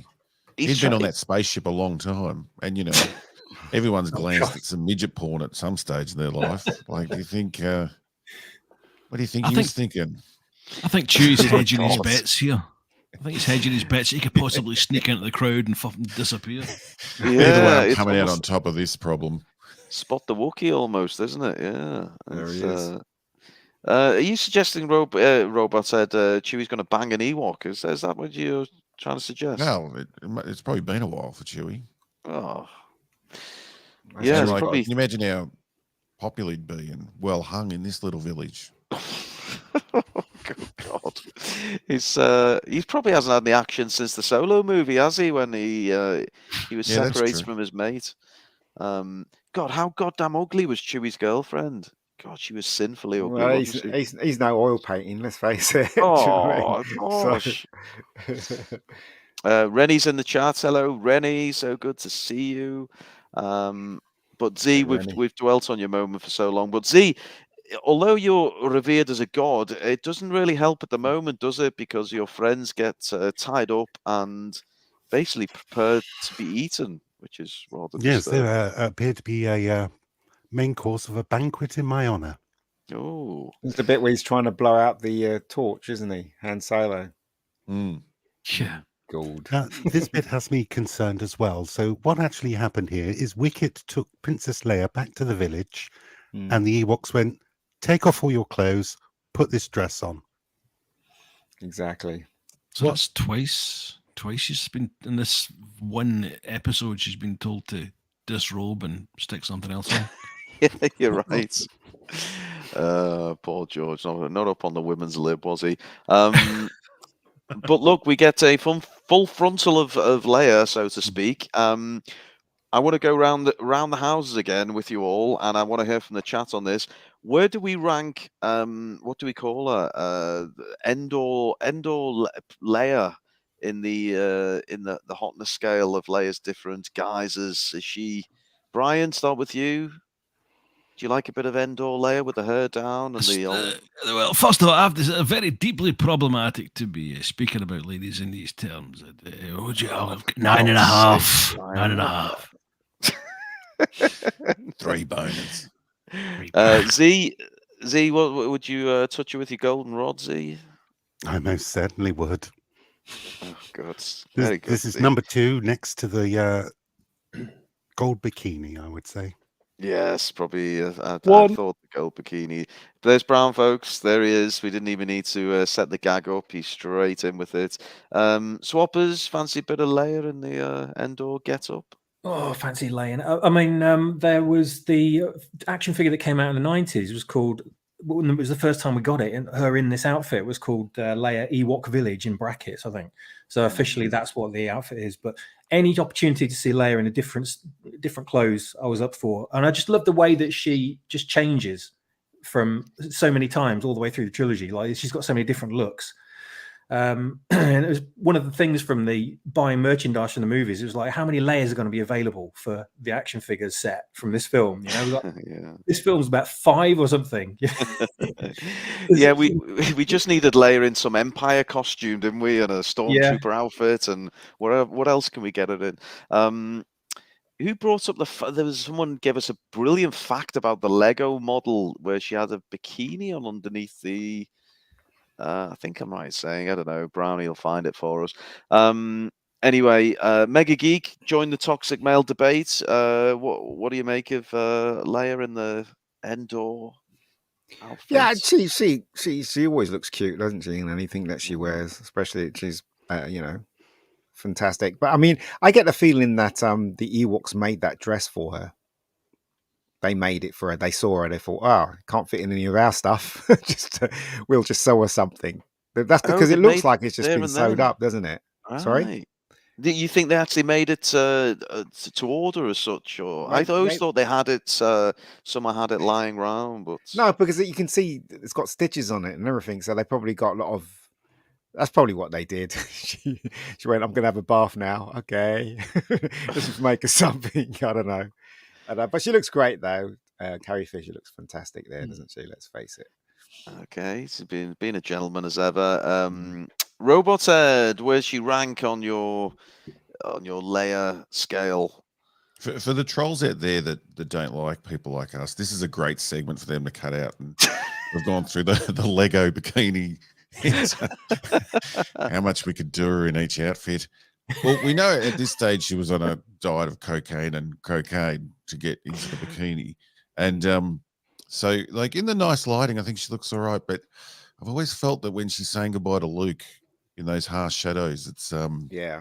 you know, she's starting to look a bit strung out there. Oh, okay, we'll get to that moment, but okay, we're still giving us some love at this point. That's good. Wake up. There's Luke with his orgasm face. That's it's an unfortunate cut. But this is Luke. Well, Brian, you interjected, sir. Well, tell us what the hell Luke's doing. Is he getting pleasured? What's going on? Do you know, I actually had the one where his eyes are just slightly open, but that looked even worse than this one. It looked as if he was having a seizure or something. Yes, he's calling on the Force to lift up Z in order to fool the Ewoks into thinking he is the god and has power to do whatever he wants. But why did they not? Why didn't they? If they thought he was a god, why didn't they not listen to him when he said, "Release them, release them"? They didn't listen to him, did they? So they had lots of gods. That didn't make any sense either. But what about Luke had a great plan for Jabba's palace to get everyone out that just went smooth. What was his plan here when he kept saying, you know, no, we'll just go along hard?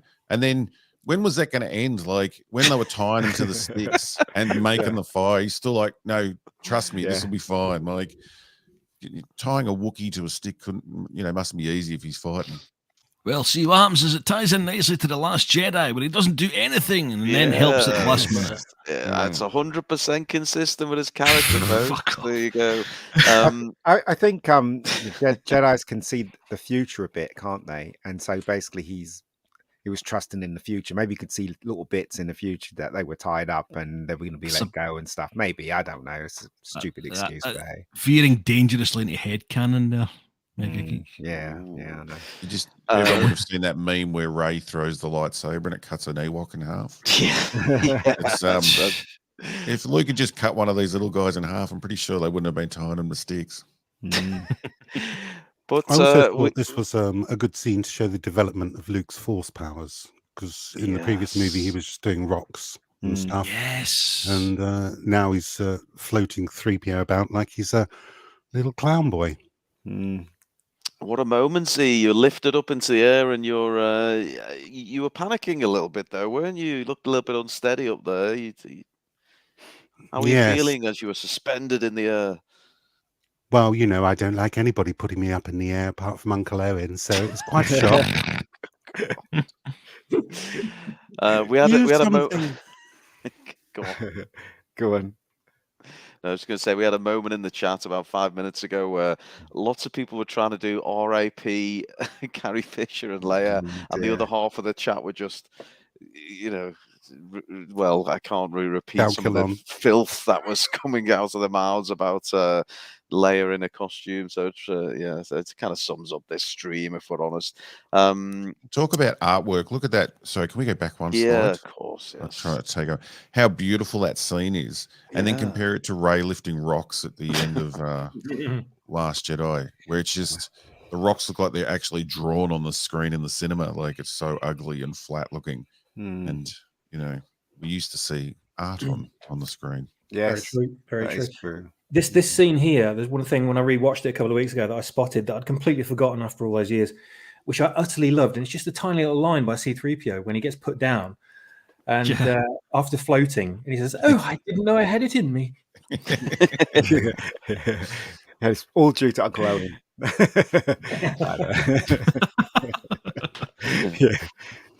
We had a distinct lack of look at that. Look at that. There he is. They I remember in the cinema when I first saw this, seeing the wires attached to the chair as it was being floated around. I remember that. What a painful child. Like that, we went from the subtlety of the silver leg to a red arm in the Disney version. It's got to be rammed down your throat. I was just a bit where he's telling him the story about what happened, and he was doing all those sound effects. Yes, complete with sound effects. Oh God! I was even in scenes I don't think he knew about or was part of. Yeah, exactly. Maybe he was told it. Who knows? Red Sea says 3PO never fails to be a TWAT. I don't know if that gets some trouble, Brownie, but see I'm censoring myself just for the sake of the channel. John Z's back, folks. He says, I believe there's too much laughing going on. So Can we stop having fun, guys? Just Stick on the Mandalorian. Far too silly. Stop that. John, go and watch The Last Jedi. You need to lift your spirits up a little bit. Do you think R2 did the Tarzan swing that they all had to do to get up there, or they just hoist him up somehow? So this is another great Z scene, isn't it? We're so honoured to have him with us on the live stream. Is this where basically Z relates the story to the Ewoks? I believe this is the scene, isn't it? Yes, about the Millennium Falcon, Cloud City, Vader, Han Solo, Carbonite, the Sarlacc pit, basically giving them the history of the trilogy until now. Yeah. When he does the Carbonite slamming on the floor and it goes to Han Solo and he's like, was pretty shit. Well, at the end of it, they do agree to make us part of the tribe, which is a definite plus. And you'll have sex with them. We then have, this was the Luke and Leia scene, isn't it? Where Luke is basically telling her he's going to go face Vader, I believe. But he tells her that they're related as well, doesn't he, in this scene? This is the "Do you remember your mother?" Yeah, he tells them they're related, kind of thing. And this really stuffs George up a little bit, doesn't it? Because she kissed his sister. Well, there's that, yes. But isn't the line about how she does remember her mother, but obviously... See, this didn't stuff George up. George stuffed himself up in the next series of films. He did a little bit, but... I love seeing this scene again in the cinema. Yeah, so did I. I don't know. They say that when they choose actors or actresses for romantic comedies, they always get... Well, they've got really kind of glossy eyes. And for some reason, the catch lights, maybe it's more to do with the way it's filmed. Yeah. It's just such an emotional moment and it's such a nice scene. Yeah. And I can never, the depth in films, I mean, I even think it with like The Wizard of Oz and that, there just seems to be depth in the old way they did shots. And now, well, because they were shooting on film. So if they shoot on film, then basically everything has to be done just right on the day. But your brain with those little bits of light coming through the trees, exactly. and off to the, and even if it's a matte painting, it's just your brain just goes there. Well, my brain does far more than watching like that salt battle in Last Jedi. Just looks again like a big stage with a fake, digital shot behind it. I can't stand it. Well, these capture the atmosphere so much better, didn't they? Well, in like if they like, for instance, this scene, right? So half of that shot is a matte shot, which the top of that ship is a matte shot, right? The second half is a build when Darth Vader comes down, and then what they do is they make sure that the lights are real in the background, so that adds depth to the shot, and then they add some smoke, which they layer that on top of the actual shot itself, so it can go over the matte shot. And what they're doing is trying to create depth in the shot. If you're shooting on digital, it's and they're doing that on the day. Do you know what I mean? And that's why it looks much more real than most stuff that they shoot today. So, and like you're looking in the background, like, what's over there? That little walkway, and I just don't feel that anymore in new films. Yeah. It's old school, isn't it? I was wondering how they did that scene for the first time ever, because it's the first time I've ever really thought about it not being real. And thanks for the insight, Ian, really. But because you just look at it in a still like that and you think, bloody hell, how did they, what? They couldn't have built that whole thing, surely. And it just looks amazing. It really does. It's everything to do with that. Yeah. And even on the dish, the smaller dishes on top of that, the lighting on those, like it's just so well done. It is very nice. So we get to the scene with Luke confronting Vader, and he's is he in cuffs here? He gives himself up, doesn't he? Yeah. So because he knows what's coming, because he can see the future a bit as well, so as well as Darth Vader, but they can't see the conclusion to the future. So yeah. I know we might race past to another slide here to get this bloody thing done, but this scene is again, seeing on the big screen, it's like it's such an important scene, but such a great scene. There we go. It's gone. It's fine. I did that. But one of the most important scenes in the whole original trilogy. It's just wonderful, their interaction, and Darth saying it's too late for him, and when he lights the saber behind him, and even the close of him handling the saber. It's just, I just think it's just amazing. One of the most absolutely right. What I was thinking in this scene as well, he's got ultimate trust. He's got such confidence in his ability. Well, not necessarily in his personal abilities, but in the scenario that Vader won't kill him or betray him, and he's kind of very, very slowly chipping away at him inside, and he's turned his back to him. He knows he hasn't got his weapon, so he can't defend himself. He's in binders, and he's just submitting himself completely. And that he knows that if I show my submission, but I'm not going to grovel, then it might start to sow a seed in Vader's mind that that he's not there to kill him, he's there to turn him back. And it's just body language alone here, right in this scene. And that first that Vader's a man, like you've just seen him as a machine up to this moment, like, and you just he really is a man under that suit. But didn't he even say, it's too late for me? He says, you know what I mean? Yeah. And but Luke is convinced that it's not too late for him. So it's kind of like a mind game, battle of wits kind of thing. And we'll see who will win at the ending of the day. But again, Robert Head, right? When I saw this in the cinema, these are the things that I forgot. These are the scenes that add weight to the film. So. And we were talking last week about one of the shots where Vader looks like he's the same height as someone. But this one they shot you get a real sense of Vader being taller when they're going back and forth between the two of them. Yeah. There's especially a little bit of pathos going here, isn't there, with Vader, that you see a little bit of vulnerability. But I always thought the little bit where he ignites the lightsaber and Luke kind of looks up, there's a little moment of doubt in there. If he's is this fucking going to go pear-shaped fast? But even too, like, not showing everything off so much, like there's the hints of the AT-AT outside, and I love this. This is easily one of my favorite scenes in the whole trilogy. I love how everything got darker as well from this point. With every scene was lit very darkly, just to show kind of the encroaching dark side on everybody, and this ominous cloud that they're all going to have to deal with from this point to the end of the film. Can they overcome it? Amber Sidaway says, what a positive, good character in Luke, unlike Rey's version. I think she means Ruin's version. Can we... look, I'm going to put it out there, folks. This, if any, is the scene that maybe people will cite to say the Last Jedi Luke is just, as Mark Hamill said, he's just cannot make a connection to the Luke we see in this movie. Anyone want to take that one on? Is this where we see Luke's true good side? Even someone as evil as Darth Vader, as lost as Darth Vader, he's still willing to, put himself out there and try and bring him back around, as opposed to trying to chop his nephew in half.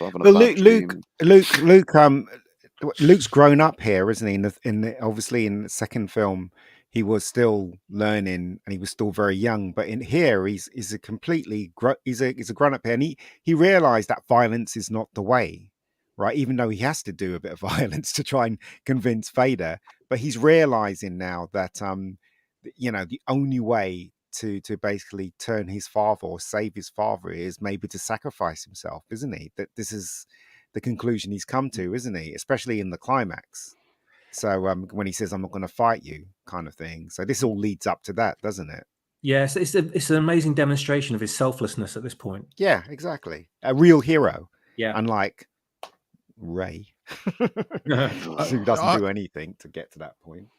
I'm blown away that the Disney fans can watch this film and completely miss all this. Yeah, they can. Like what the bit that makes Star Wars special, like they really think it's the lightsabers and like we love the look and we love all that stuff, but it's all this emotion is what makes Star Wars. And I find it hard to believe that Rian Johnson doesn't understand this. Like, does he not understand this, or was it just pure ego, like that he wanted to change it, or he understood it. He understood it, but what he wanted to be was in the fold of Hollywood.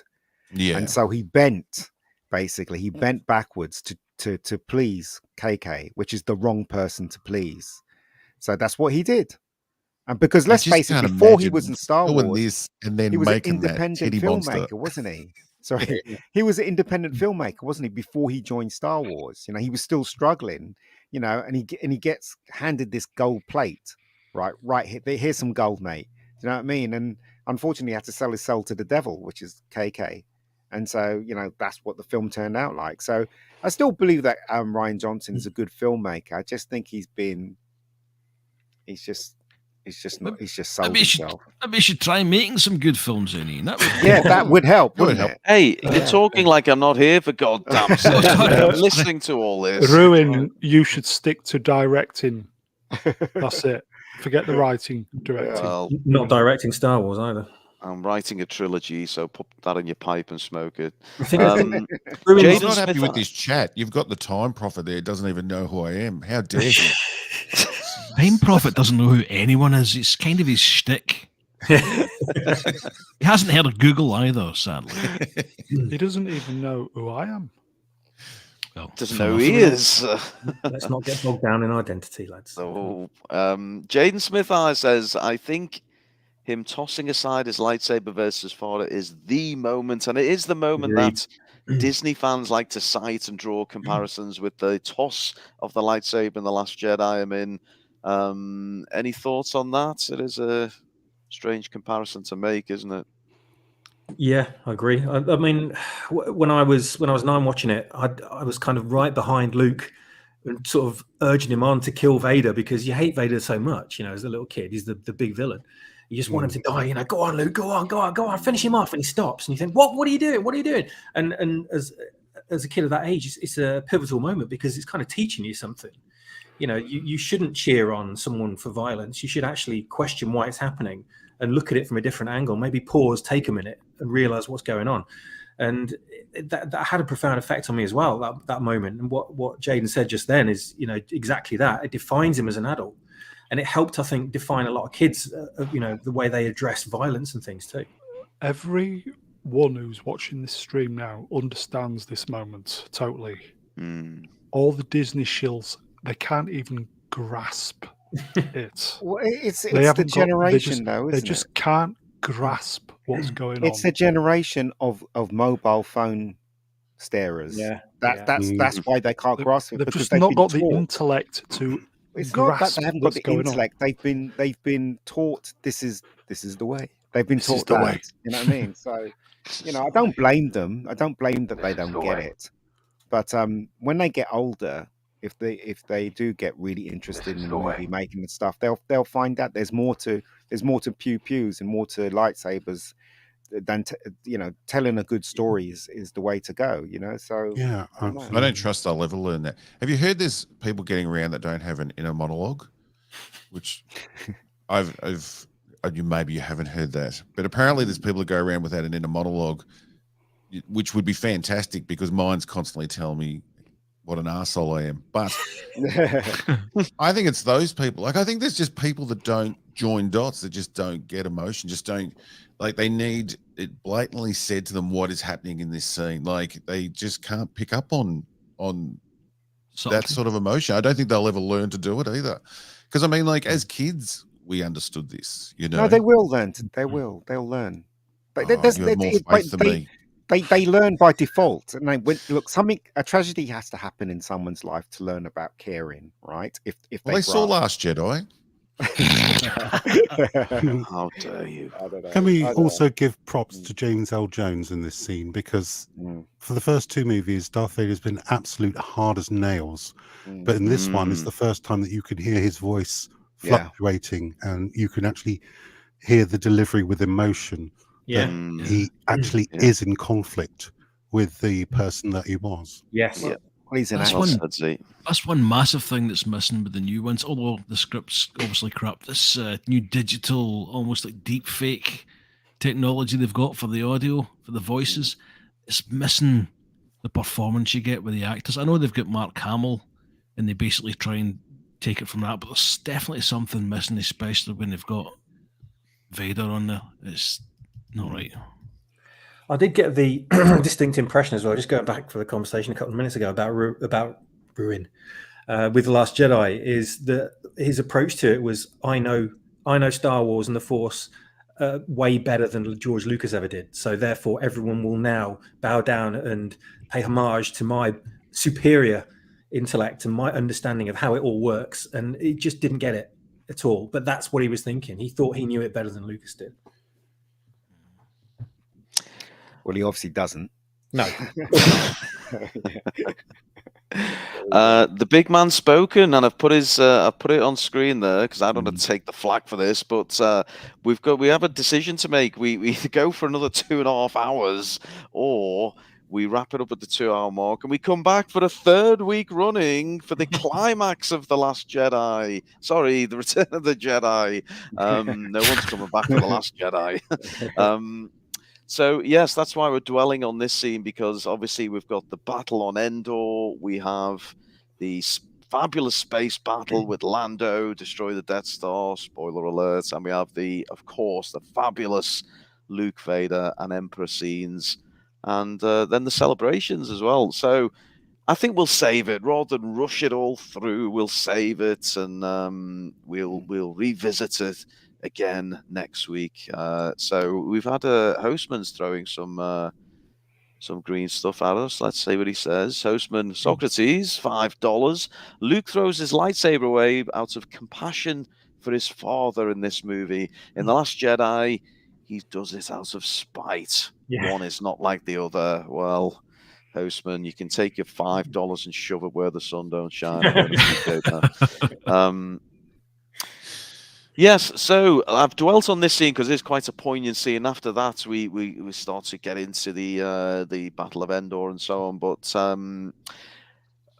I guess with the time we've got left, let's reflect on the fact this is the final of the original trilogy. And the question. Sorry, can I just jump in? There is a good comment there. Damn it! I wanted to see Papa Palpatine's shaft tonight.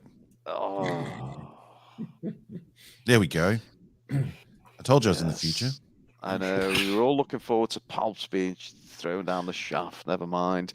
You've got it to look forward to next week. The question I want to ask for everyone is, was this the perfect ending? Should we have even gone to the prequels? And obviously, of what Disney done, have they undone the ending of Return of the Jedi? So, yes, Brian, start us off if you would. What do you make? Should we have even gone there with the prequels? Should it just been the perfect trilogy, or prequels fine, sequels not? Sorry, I have to bow out for a second. Can you pass on to Z? Bowing. Oh, you can't handle that question. Okay, Brian. Z, if you could take that one. Yeah, well, it's George Lucas's fault because he started numbering the movies. And when you get to episode 6, everybody's going, well, what happened in episodes 1, 2, and 3? And that remained on everybody's lips until the end of the 1990s. Yeah, at what point, Z, did he actually start putting that numbering system in? It wasn't for the first one, was it? Was it Empire? I think it was. And of course, he always said famously he had. Did he say he had 9? Didn't the first one always have episode 4 at the beginning in the title scroll? No, I think it did. No, it didn't. I thought didn't even have a New Hope. Yeah. No, I knew it didn't have that, but I thought it did have 4. No, it didn't. It didn't. Not Did? at all. It had number 4, episode 4. No, it didn't. No, it didn't. Oh, God, we've got some debate going on. No, Help us out, chat. It just said Star Wars, and then it just went with the story. Yeah, but on the opening crawl, it said episode 4. No, not in the original. Not in the original. I'll be checking this as soon as I get off. We're gonna have to fact check this. Someone's horribly wrong, and we'll hopefully find out. Melvin says, I'm sure it did. MJ says the original did not. So we got some real division among the ranks, but we'll get that one sorted out. Don't worry, folks. God, we don't need the fandom split any further. Please don't do it. So the numbering started on Empire. It did start on Empire, right? Okay. So the original would have just been Star Wars, and then yes, okay. And what was the intention? Do we think his intention was to make 6, to make 9? What was it? I think according to Mark Hamill in an interview on TVAM in the UK in like 1983 or whenever it was, was that George had already planned out sequels, but he decided to go back and do the prequels first, and then maybe somewhere down the line, if he had the money and the time, etc., he'd do the sequels. But they were never really mentioned that much. But I think he always, toyed with the idea maybe of doing them. But that's what from Hamill's own mouth anyway. So I'm guessing he spoke directly to Lucas. Well, remember when he wrote the first Star Wars, it was a lot longer. The script was like, I don't know, 400, 500 pages long. So he just, I mean, obviously when the two scriptwriters came on board and they tried to, fashion it into one movie, that's what they did. So there are a lot of bits missing from it. And then he just took some of that and, and took it for Empire and then Jedi and then the prequels, because he wrote a lot. He wrote a hell of a lot. So maybe. And luckily, Kathleen threw his ideas for the in the bin. It was in the bin.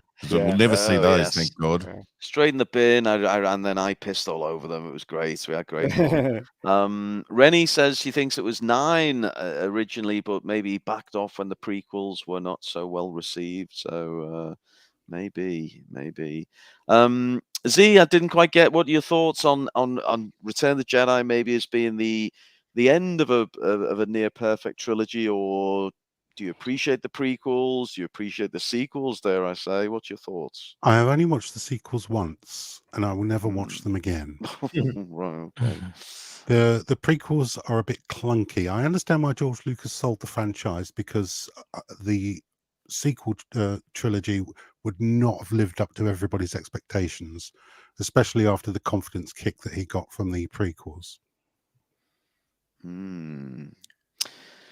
But you're saying that it's great Disney bought it now, and you're on their side, 100%.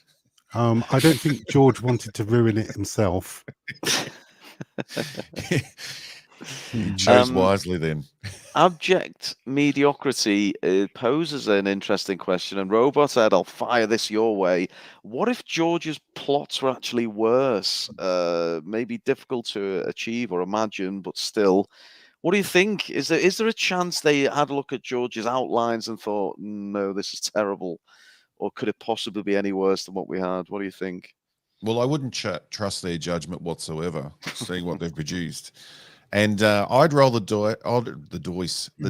I'd roll the dice on George any day of the week above Disney and what they've done. And yeah, you don't know with someone like him. I mean, people, laughed at he was making Star Wars. He was making Star Wars. So yeah, I would definitely roll the dice on his ideas above anyone else.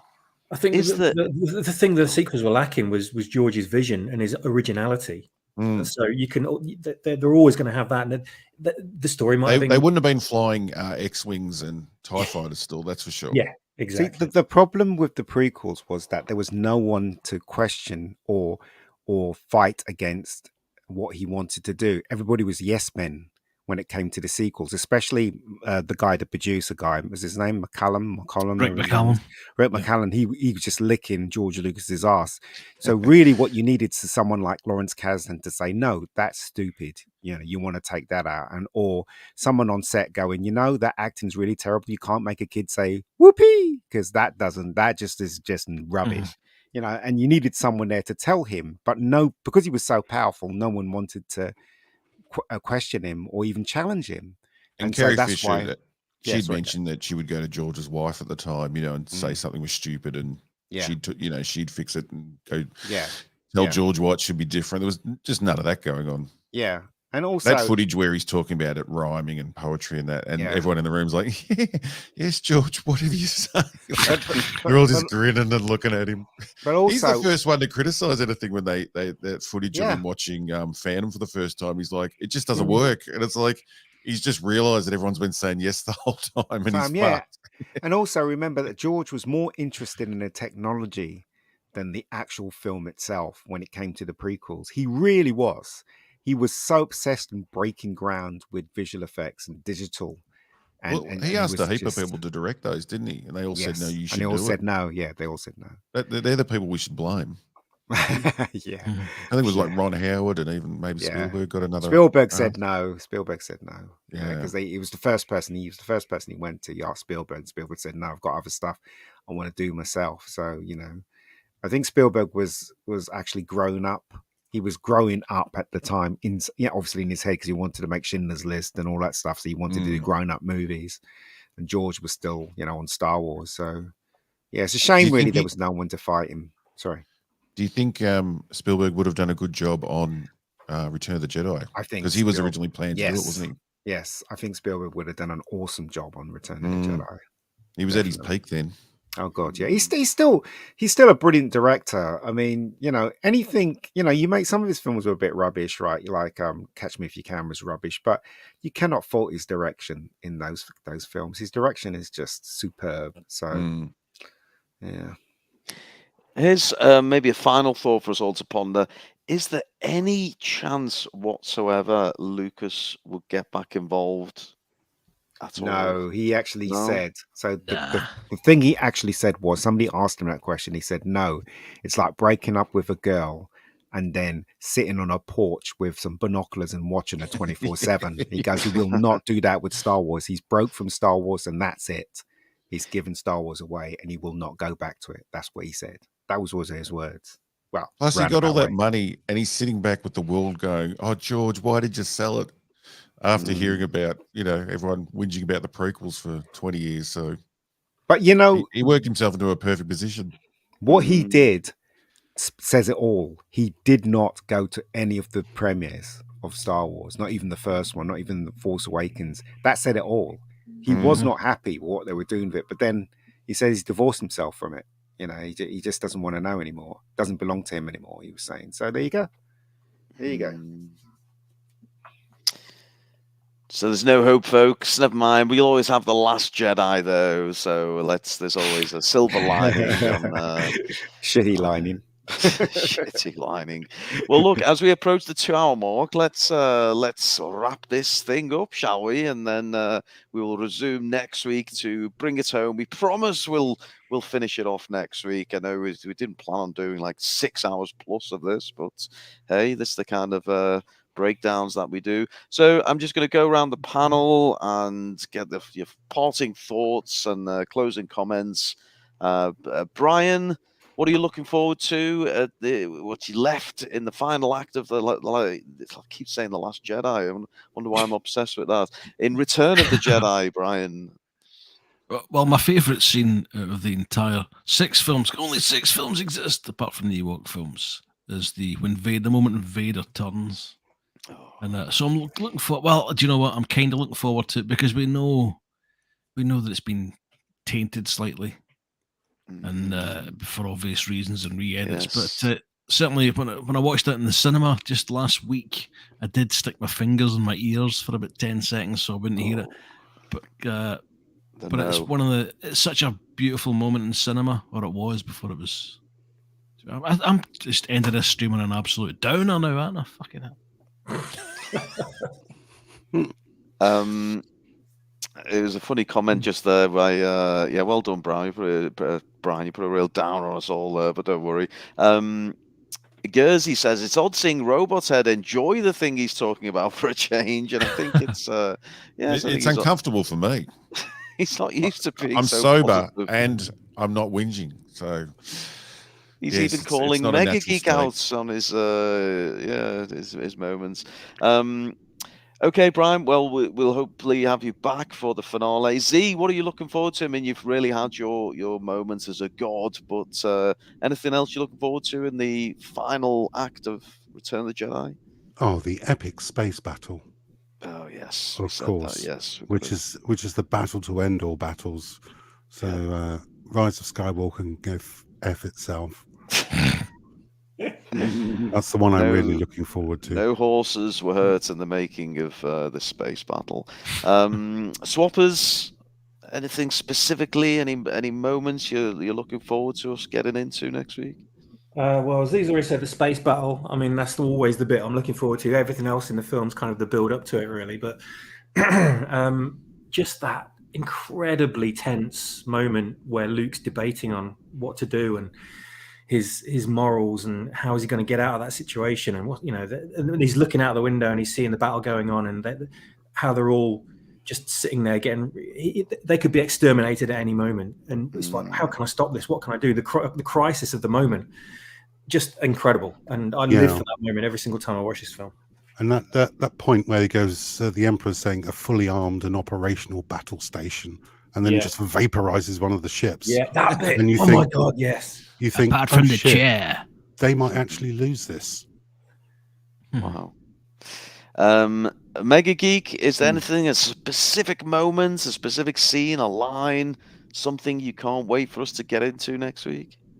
No, just the battle, really. Just the battle. Just the battle, yeah.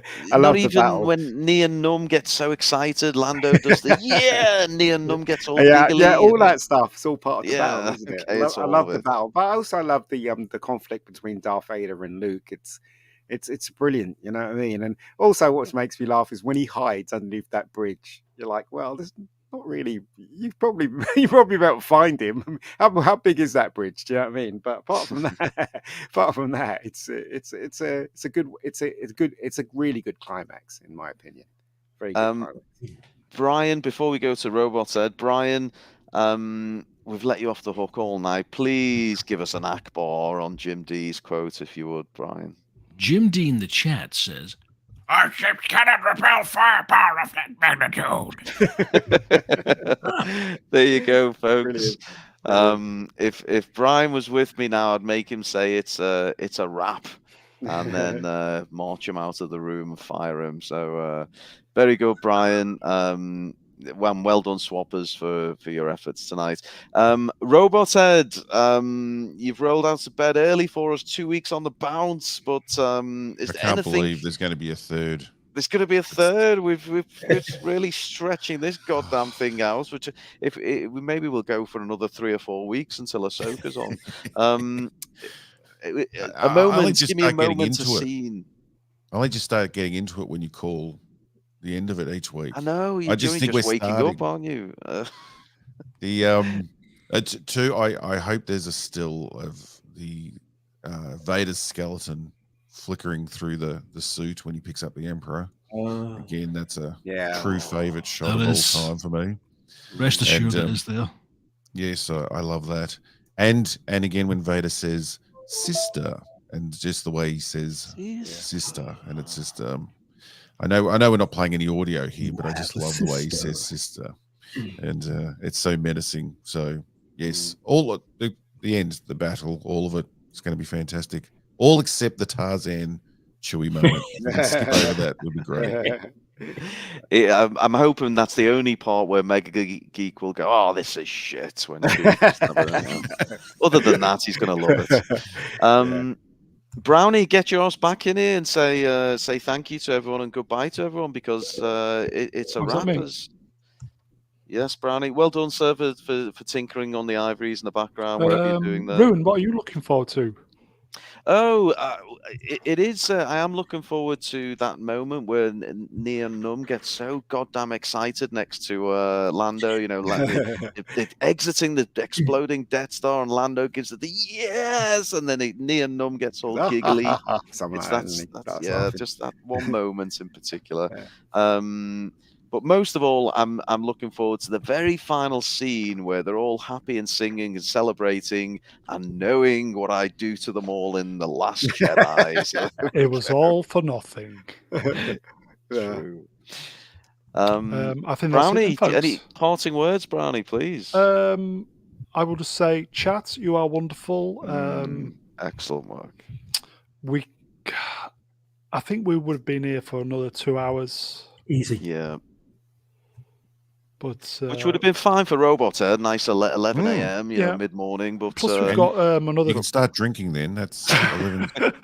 Plus we've got another 2 months to fill until Ahsoka. We're not going to spread out for 2 months though, Brownie. I mean, come on, let's be real.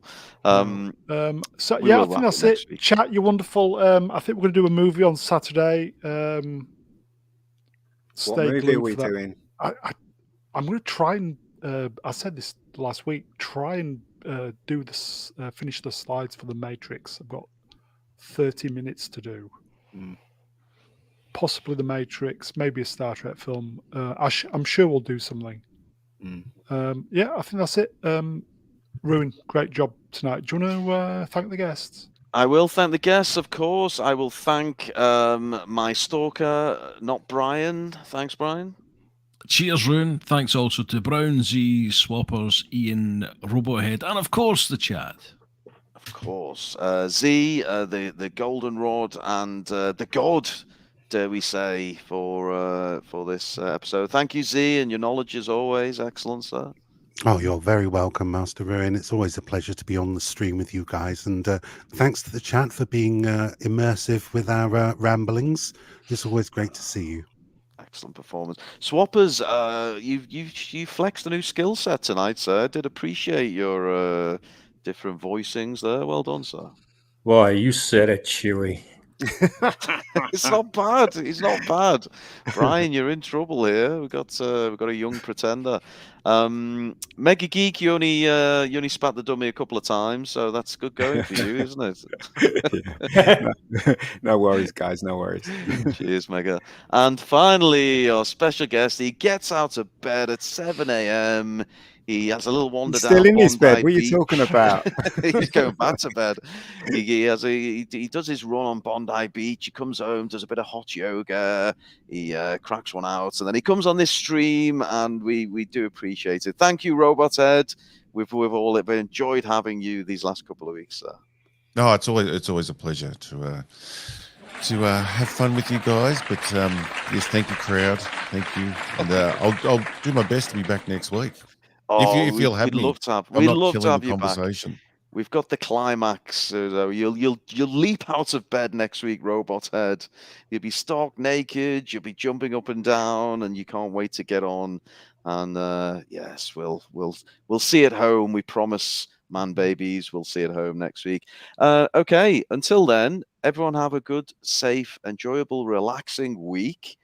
Go and watch The Last Jedi. Give me a nice review on IMDb. And same time, same place next week. Cheers, Goodbye. everybody. You are Bye, man, babies. wonderful.